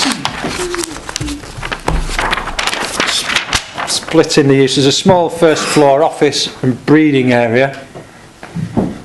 But then one end of the unit they have a distribution centre, further bit of breeding area, the stairs up to the office, and then we come down and there's a sort of a showroom element, which is the bit that the members of the public would have access to, and then there's an internal partition that's providing a foyer with no external changes to the doors that you saw on the photographs. It was formerly a bathroom showroom, but that has been unused for a short period, I believe. In terms of consultations, there have been no objections from any of the neighbours, but the parish council have raised objection to the principle of a retail use being established on the employment centre in an out of town centre location, and they raise animal welfare concerns. Planning matters, the whole of the business park is allocated for employment uses in the local plan, with those defined further as B1, B2, B8. The proposal in front of us today is a mixed use, so there are elements of B8 use with the importation, storing, and there's some internet sales and distribution taking place. But it clearly includes an element of retailing from the site, which is where the requirement for planning permission therefore comes in. In support of their application, the applicant argues that the nature of this mixed nature of the business and the specialist needs of an exotic pet enthusiast are such that they would not sit comfortably on a typical high street, where the premises are often smaller and perhaps wouldn't be suited to the exotic pet hosting, housing, breeding, storing, occupying. They've also supported application. In support of the application, they also argue that the retail element forms quite a small part of the overall business and wouldn't be in competition with any other premises in Kirkham. And also that their business provides some employment, so is something that the council should be supporting. The planning merits of it are such that the officers agree with this statement and are recommending the application for approval. It provides an opportunity for this existing local business to expand into some premises which are suitable for their purpose. And it seems to provide an opportunity for active employment use on this site. The government's guidance, the NPPF, is supportive of economic growth. It's one of the main elements of sustainable development, and the council officers, myself, I believe that this proposal can be accepted on this site without causing any impact on the vitality of Kirkham Town Centre. There has been a slight change to the conditions or the late observations make a minor change to the conditions to provide greater certainty that the use of the premises would be used for the use applied for here, rather than be open to a more general retail use. So, like I say, it's recommended for approval. Thank you. Councillor Oates. Thank you, Chairman. Well, I don't have problems with this application other than The A1 retail, I would like some reassurance can be as small as possible and that it doesn't set a precedent. And I think it's quite obvious, it's fairly obvious. You can see how many units there are in there. And if we start allowing firms to come in there and provide retail on there, it will impact on the town centre. There's no two ways about it. I believe we do already have a chap on there who is selling hardware products. And I don't think he has benefit of the planning permission to do that. But I think that's why the Town Council were concerned, because we have had reports of this happening. So I'm very happy with the new condition, and I think the new condition actually does limit it to the applicant. I hope that is the case, and can it be as small an area as it's possible to get, so that, you know, we're not having a huge area of retail on there. And can I have a reassurance that it won't allow a free-for-all? I know we look at all applications on the merit, but I do think at times we need to remind the committee, because they could approve this today and then get something back next year and something else, and you can see a slow encroachment onto retail moving from the town centre to an area like this. So I feel I have to raise that and raise an alarm about it.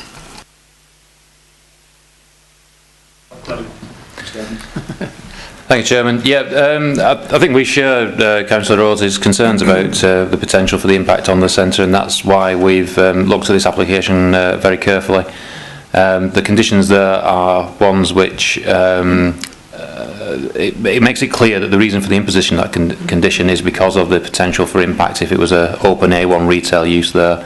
We've looked at the special circumstances that the applicant has put forward and sort of concur with those views. In terms of the area of the retail, the condition actually requires it to remain as a mixed use, so it can't all go over to A1 retail use. And I think as Mr. Stell showed you, there's a plan showing the area, so it's approximately 50% of the ground floor area, is it now? No, it's about a third. A third? Sorry, I was just on a call. Remembering you on video. Haribo. Sorry, yeah, so here is the floor plan. So roughly a third of the floor area is the retail area, so that area that Mr. Smell, my lovely assistant, is showing you now. Careful on these lovelies. It was still on webcam, by the way.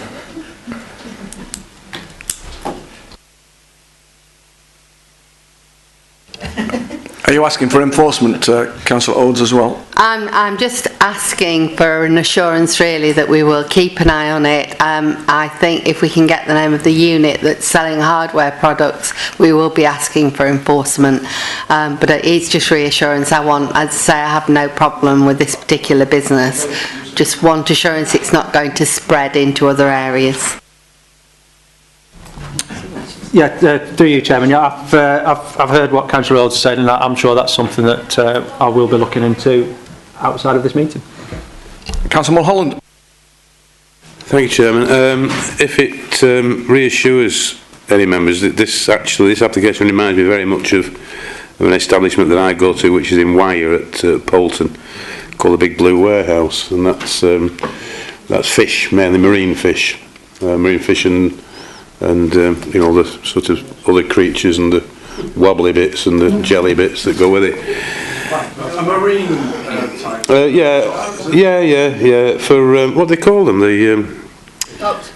No, the things that are a step up from a... No, the marine, the salt, the things that are a step... I should know, I've got... Anemones. Anemones, and that type of thing, you know. They're a step up from a plant, but a step down from an animal. The nature of the place is such that it takes up a lot of space, and a lot of the stuff is done via post, and the supplies hotels and things like that. But of course, there is a small retail element, but it couldn't be done anywhere else. And I think this looks to me very, very similar indeed. I would move the approval. I would possibly consider putting another condition on it, that we ask them if he can breed great crested newts. They have to be outside in green Sell them fields. to various applicants. No, I will move approval, Chairman. With the extra conditions, I will move the approval. And I understand Councillor Hall's problem, his concerns, and I share them. But I'm sure, I hope I'm right in saying, I'm sure that should somebody on there start to open up to sell newspapers, cigarettes, anything else, that they'll be jumped on like a ton of bricks. But I think the particular type of application is probably the right setting for it. Thank you, Chairman. Thank you, Councillor Ahmed.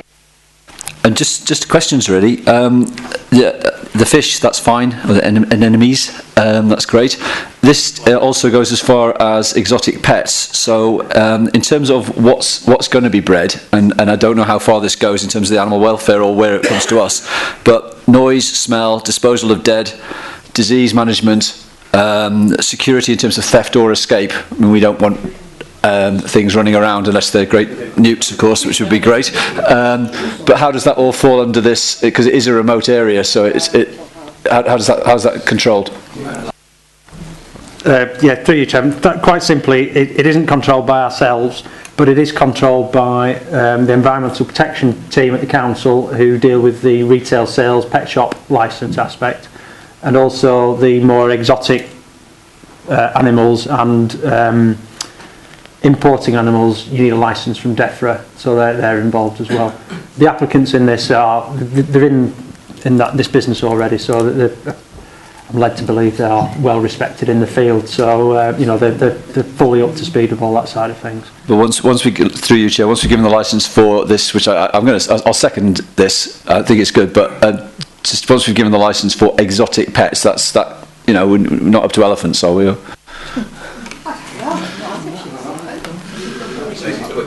Thank you for that. Councillor Clayton, and then we'll move to the vote. Yeah, thank you, Chairman. It's a very easy and quick question, I think, but in relation to the two rectangles shown 27 and 14A, can you just advise me, Mr. Stell, which is considered to be the front, if you want, or the drop-off or collection point? Is it 14A or is it 27? The reason I'm asking is that the access to the site, if it was that they were using 27 as the front door, if you want to call it such, there would be great difficulty with parking, etc. Whereas at 14A, it's much wider in its approach. 14A is the access point that they're using when it's orientated round, which to assist members visualise what Councillor Clayton's referring to. So that's 14A. You can just see the 4A. You can't see the one of it. But that's the drop-off bit. Yeah. Because looking at the other side is much narrower, exactly. And as you say, it's much more difficult to get. I just wanted to make sure. So the delivery bit's the bit with the back of the van. Yeah. Thank you, Chairman. Okay, everyone. All those in favour, please show. That looks to me like unanimous. Is that right? Thank you. Now, there is someone here for item number 8, so we'll leave number 7 till after 8, please. You want item 8? Right. And you want me to present that? 99 it is 99, yes. Right, item 8 relates to Willow Glen at Delbridge, page 99 on the agenda. Willow Glen itself is a detached house, which if on the plan is that detached house there. The application, you see it's on the banks of Delbridge, so that's the boundary between Kirkham and Newton. So the application house is within Kirkham. The application site is predominantly this area here, which is within Newton, and is essentially a paddock area that's associated with the property. It has stable blocks on it. It has polytunnels on it. The proposal here is not dissimilar to the last one in that the occupier of that property has a hobby in koi fish, and he's expanding that hobby into importing them and sale of them. He's looking to do that from these premises, or he is doing that from these premises at the moment. Specifically from, that's a view from the bridge across the brook within his site. So we're looking at that area that I referred to. So there's actually 2 polytunnels which inside them have a series of large tanks which contain the fish, and then part of the application is for the retention of this building here, which was built last year, and also has tanks inside for display, but also is where he undertakes sort of a retail business from there, where his business is essentially selling fish. There's no other stock particularly on display beyond a few small pumps and things, but it's mainly based around the selling of the fish, which, as I say, has grown up from his own personal interest in that. The application at the moment, the site at the moment has been used for this for a couple of, well, about 12 months now, on a relatively low-key basis. One of the concerns is relating to how vehicles get to the site, and mindful of that, you'll see that the red edge snakes up around other land within his control that comes alongside the bypass, the Kirkham bypass, do you call it there? And then runs up to a track between 2 properties that then access Blackpool Road at this point here. So his intention is to safeguard any concerns about vehicle use in this area of the site in front of Willow Glen, is to provide a parking area here and a track that uses this access, which is much better in highway safety terms in that it's on a straight run of Blackpool Road. It's an existing access point that has good visibility, and in this point there's a bus shelter that the parish council have quite reasonably raised concerns over the relationship between increased use of that private driveway and the bus shelter. So just coming through the consultation comments, the parish council, as a Kirkham Parish Council, have objected relating to the access. Newton Parish Council have not provided any comments as yet, and I was hoping that I'd get them in time for the late observations, but unfortunately that hasn't taken place. 2 neighbours have made comments on the application. One relates to the potential for signage to be erected, which obviously would be assessed under any advertisement application, and over the potential for the site to use Manor Drive, which clearly it isn't involved in this scheme. None of the neighbours, the Environmental Health and the Highway Authority have not raised any objection to the scheme. Planning merits, sites in the countryside, however it is adjacent to the settlement, with the brook being the settlement boundary, and the other neighbouring properties here, you can see from the plan there that quite a number of them have similarly sized outbuildings in the backs of the properties.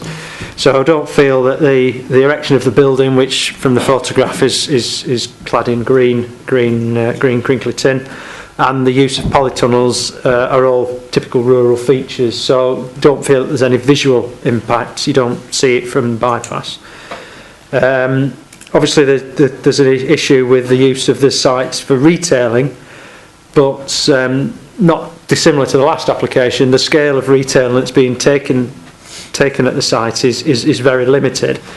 The applicant has provided some information over the number of visitors, because he's operating on an appointment-only basis. He's given some information on the number of visitors that he's had since last March, I think it is, and it averages out at 3 visits per week, which is, is extremely low key and arguably is at a scale where it would be ancillary to the dwelling if it was being undertaken in his domestic curtilage. So taking that view of it, we consider that the application is something that should be supported in this case, and so is recommended for approval, with an extra condition on the late observations to require that the access track is actually the access track is actually formed. Councillor Collins. Thank you, Chairman. In the notes it states that the Parish Council were notified on 30th of January, but the clerk of the Parish Council, that's Newton with Clifton Parish Council, didn't receive anything.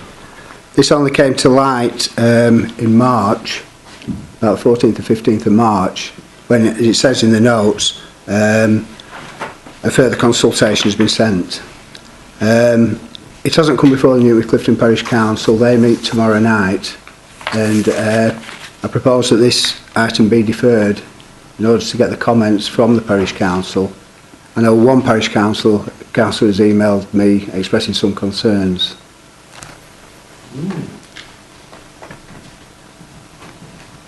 So you're proposing deferment. Have we got a seconder for that proposal, please? Councillor Oates. I think that's a fairly quite important point, as particularly in the Newton. Did you say the Newton Parish? Clifton Parish. Newton Clifton Parish Council. Anybody like to say anything against having a deferment, please, for that reason? Could we just ask the officers to confirm that this is the situation, because there are many occasions where things do go astray and we never know who really is responsible. We need to be careful. Yeah, I was aware this came to light when the reports were being compiled for this agenda, that we hadn't received comments from Newton Parish Council. Checked through our system and they were notified of the application in January at the same time that Kirkham were. However, that's why we sent them a second. We contacted them, they said they haven't got it, so we sent them a second consultation to give them the opportunity to feed into the system. The site itself is within Newton. It's not within Kirkham, although Willow Glen, the application property, is.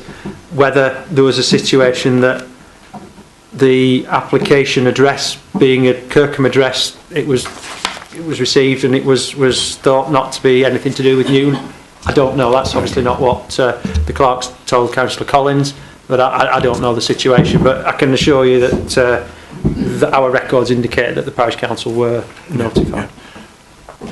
Councillor Oates.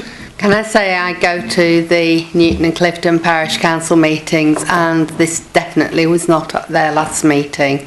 So whether something's got lost in the post, I don't know. This is one parish council that works very hard. They take all their duties very seriously, and I think it's true to say I probably get more queries from that parish council than any other in my county council ward. If it can be deferred, I'd be quite happy. If it's not to be deferred, I would like to come back on the signage issue, because this has involved me in an awful lot of complaints over the last year, and I've had probably more complaints about this particular applicant than most other applicants we ever get in. So the signage has been a big issue. I think under the circumstances, it's a retrospective application in the first place. It's not going to hold anything up. All those in favour of deferment, please show. For the reasons stated. Hard look. Item number 7. Were you going to say something?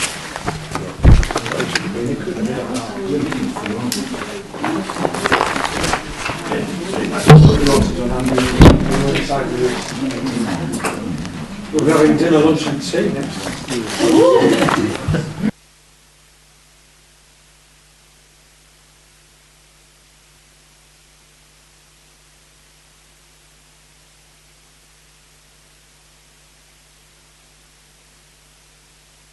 Yeah. Number. Item 7 on the agenda, Yeah. councillors, page 91. Not 92. Or 92. Got the wrong thing. No, it's 91. Bless you, we've got the wrong thing. This relates to a property called Weather Oak, which you see from the plan is it's on the corner of, or the junction of Back Lane and Wheaton Road. So looking at the plan, you come out of Wesham, come over the motorway, straight onto Wheaton Camp, left to Wheaton, right to Greenhouse, yeah, thank you. And this is a property that's the first thing you come to when you've turned right. It's on the left-hand side. The property was built under planning permission granted in 2003, not planning permission on the agenda paper in 2001, which is an error. 2003, based on an ostrich rearing enterprise that was undertaken at the time at that property.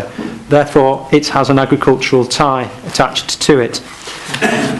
In recent years, the economic situation is such that ostrich rearing has declined and ceased at the site. So the applicant is looking to convert buildings that were constructed to support that to an alternative use. In this case, kennels and a dog daycare centre, with the paddock lands and a sand paddock at the front being used for exercise areas for the animals. Just putting that on the plan in front of you in the screen. Briefly, I'll find my pen. We've obviously got the junction, the access point here. There's a sand paddock at the front. There's the dwelling and its garage.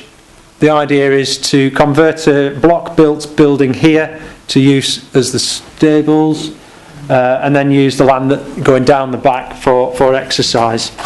The buildings themselves are reasonably substantial, typical agricultural style buildings, so would lend themselves to conversion to stables. And you can see that they're block built, so you'd be able to fill in the walls with fronts and provide access for the stables into that little courtyard.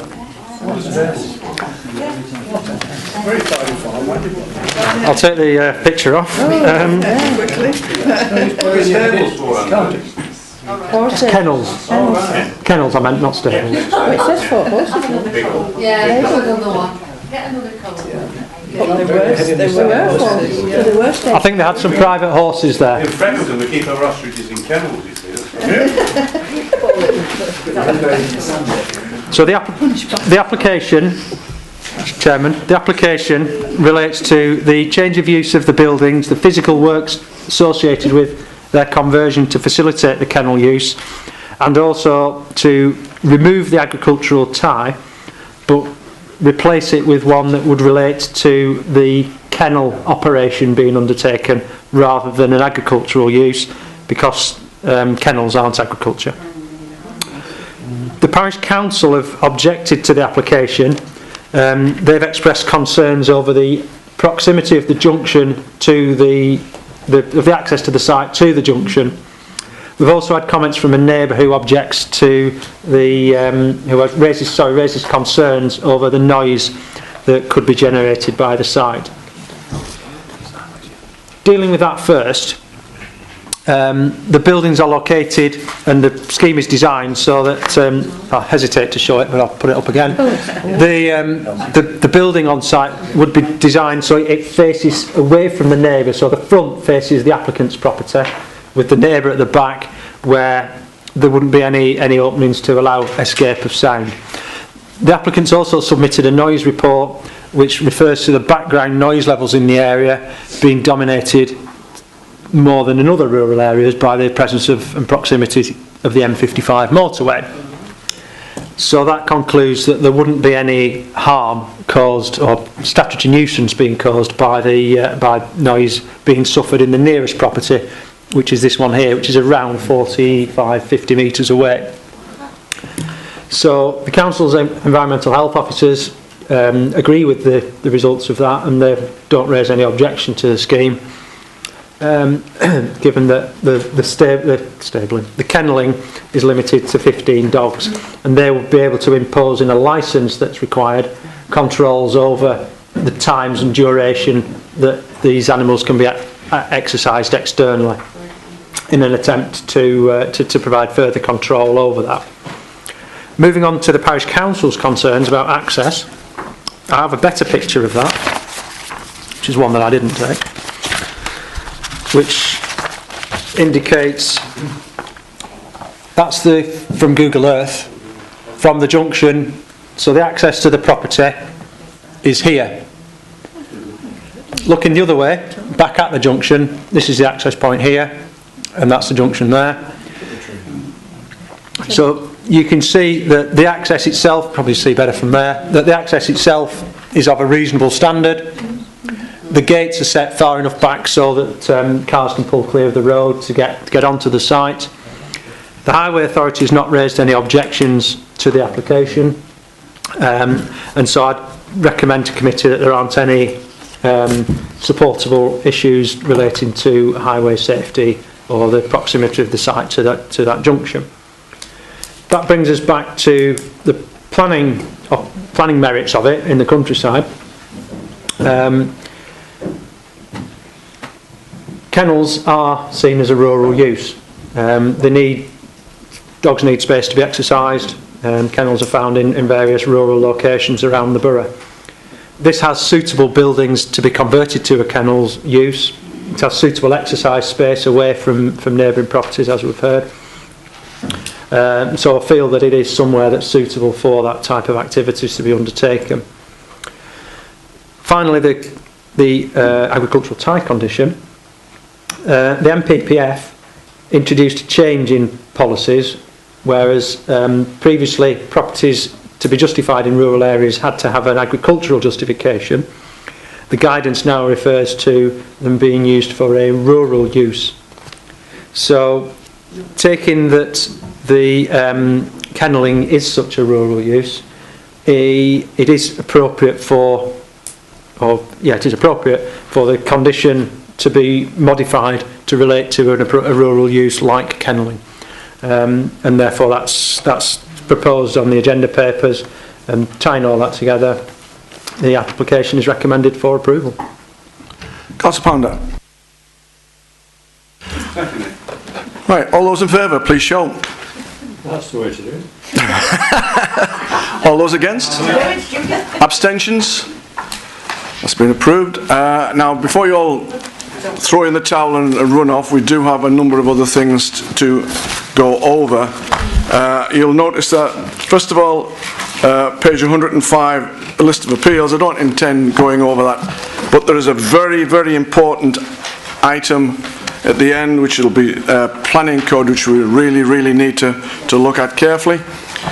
You'll notice that the appeal scenario is that one part of the appeal was approved and the other part was dismissed.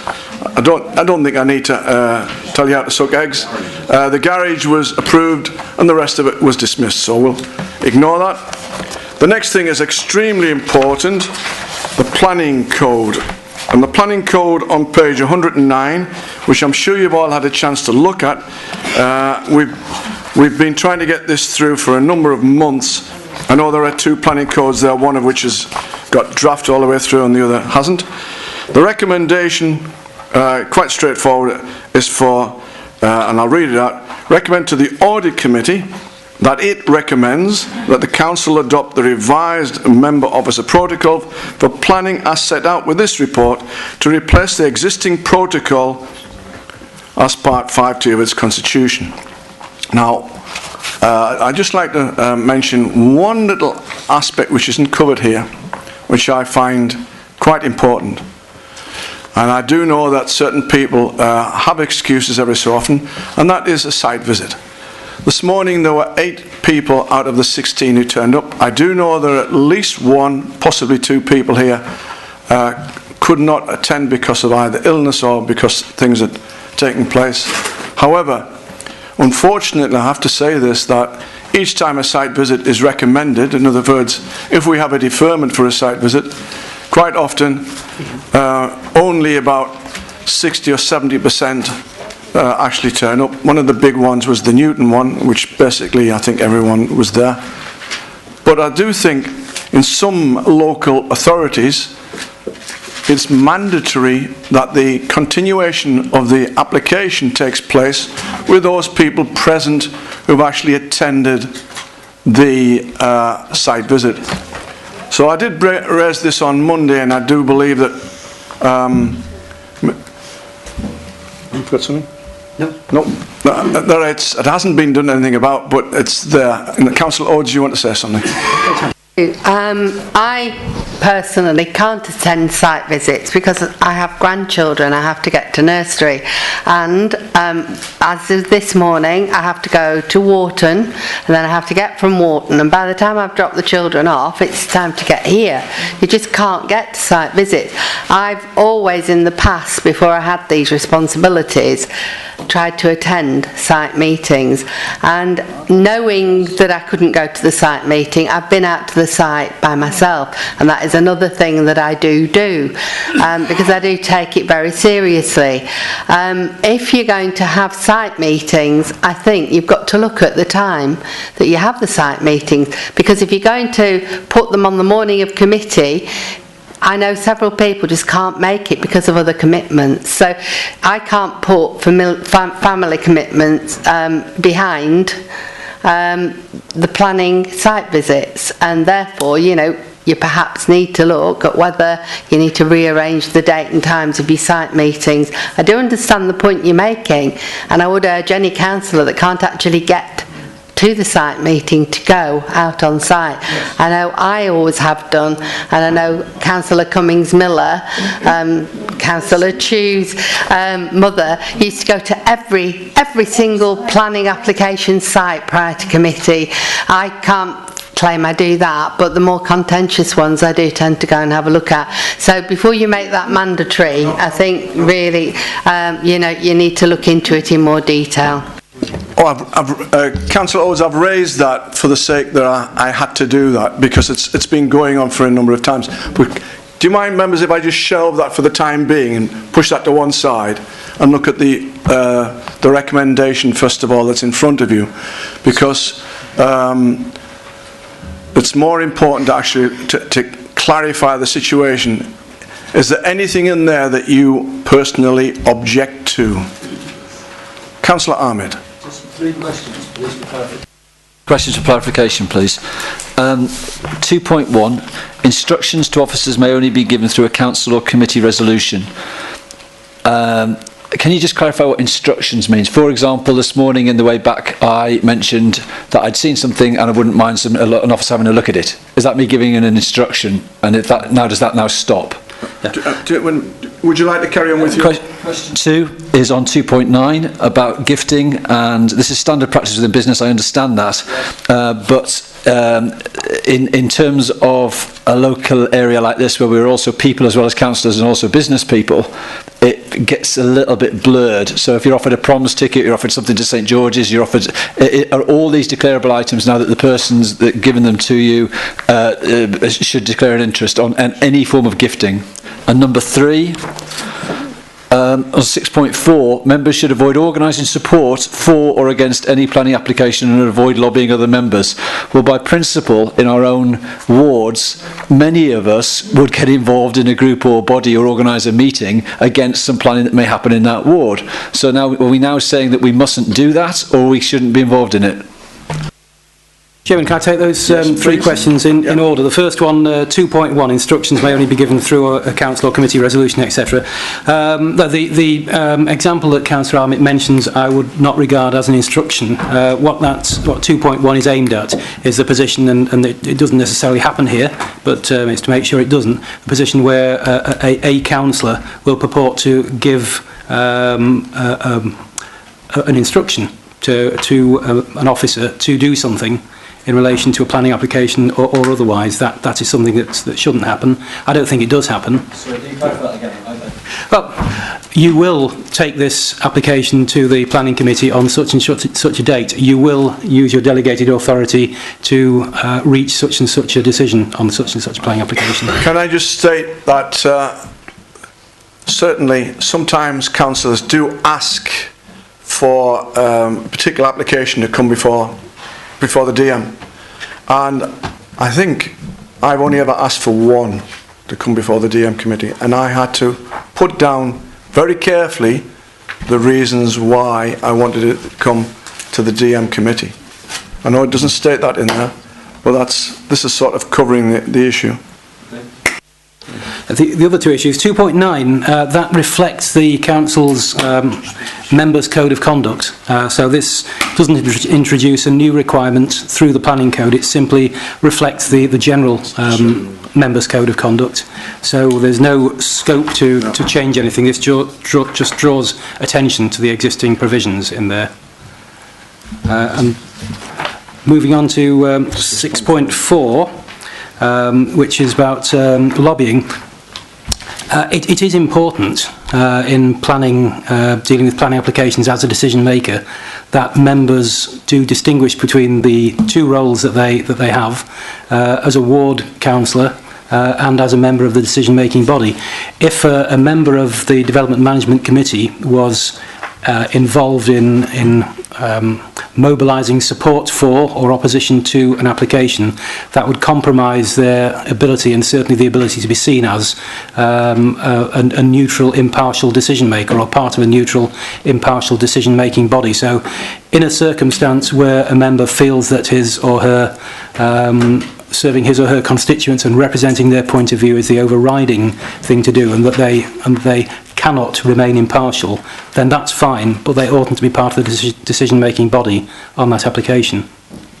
So sorry, just to be for absolute clarity, I'm clearly looking slightly to my right here occasionally. I can answer that question before you ask it. The mobilisation of the committee in Wharton, it's a committee against the planning policy, not a planning commission. Okay, so it's about particular permissions, not principles. Yeah. Absolutely fine, thank you. Can I just... Councillor Brickles, is that why you wanted to come in, Councillor Brickles? Or is it... No, it was another thing. Right, okay. I wanted to make the point on your comment that as a parish councillor or a town councillor, it's quite a regular thing to ask an officer if something can come to committee, and I see that there's nothing wrong in that. Nothing wrong at all. No, just that. Yeah. Okay. Yeah. Councillor Fiddler. Just further clarification on the 6.4 that Tim raised. Ian, have we lost concept of the predisposition rather against predetermination? Predisposition against predetermination, there still is a prohibition, as it were, on members coming to a planning application with a predetermined position on it. However, the law has evolved over certainly the last 10 years from a position where members were very wary about making any comment whatever about a planning application that was due to come before them, to one where the courts and the government, through amendments made in the Localism Act, have come to a much more sensible and robust view of a councillor's position, which is councillors are elected by their constituents. It is right and proper that they do have views on planning matters. If they didn't have views on matters within their wards, then they arguably would not be representing their constituents properly. But there is a line between predetermination and a predisposition. Predetermination basically is where you say, or your actions demonstrate that under no circumstances whatever would you have a different view, would you change your mind, you've got a closed mind on an application. Predisposition is, I've got a provisional view, I'm going to listen to the arguments for and against this, and I'm going to exercise my vote accordingly. Now, that is almost always the position where a member has got a provisional view, and that is the difference between predisposition and predetermination. I hope that answers the question, Councillor. Because it's a very, very significant aspect of your involvement with your own ward. If you, as previously, historically, you just turn around and say, can't get involved, mate. They say, well, you're my elected councillor. You've got to have a position on this. So predisposition gives you quite a leeway in terms of engaging with the community. You've explained to us what predetermination is, a totally different animal. Councillor Ahmed. And just going back to the gifting thing once more, probably all of us have had a letter from Haythornthwaite about going to the St George's Day flag raising, and there's sandwiches and drinks. Now, if we all go, we then have all had probably 25 quid from Haythornthwaite, so therefore if he puts the planning thing in, the whole planning committee can't go, and we all have to declare an interest, and we can't stand on any planning issues. It gets a little silly in a small town with some of these like golf invites, anything like this. I get the declaration, but can just that particular point. Yes. Jim, it's about being cautious about accepting gifts or hospitality. Once again, I emphasise this is reflecting what's in the existing code of conduct. I think you need to put yourself in the position of how could the matter be portrayed in the press by mischievous, not that any of the press, they're not here, by mischievous press. Councillor X has voted in favour of an application by developer Y. Last week he was seen enjoying lavish hospitality, even if it wasn't lavish, it'll say so, at whatever sporting event. And it's that kind of thing it's intended to protect members against. Councillor Oates.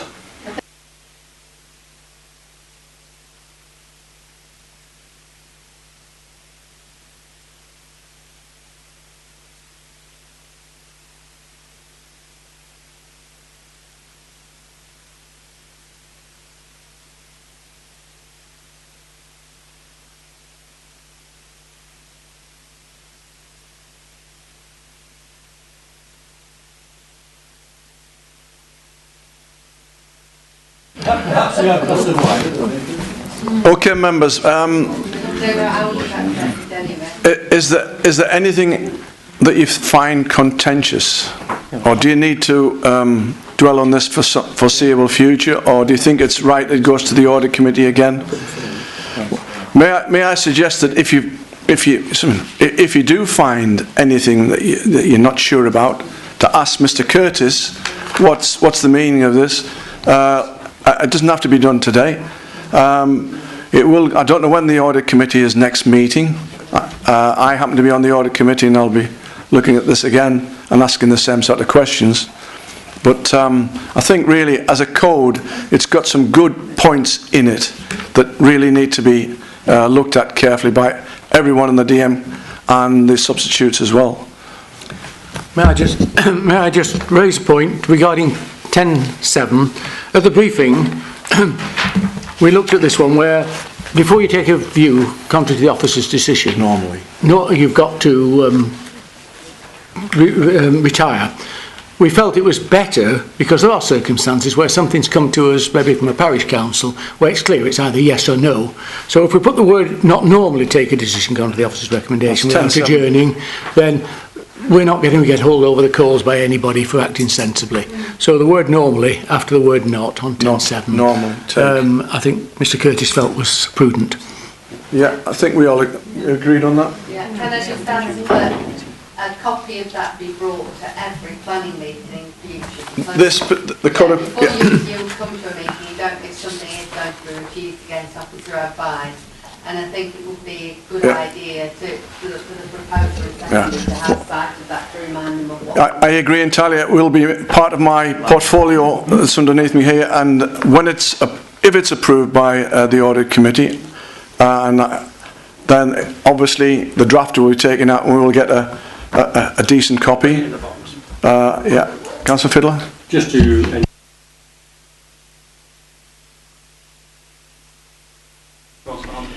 I know.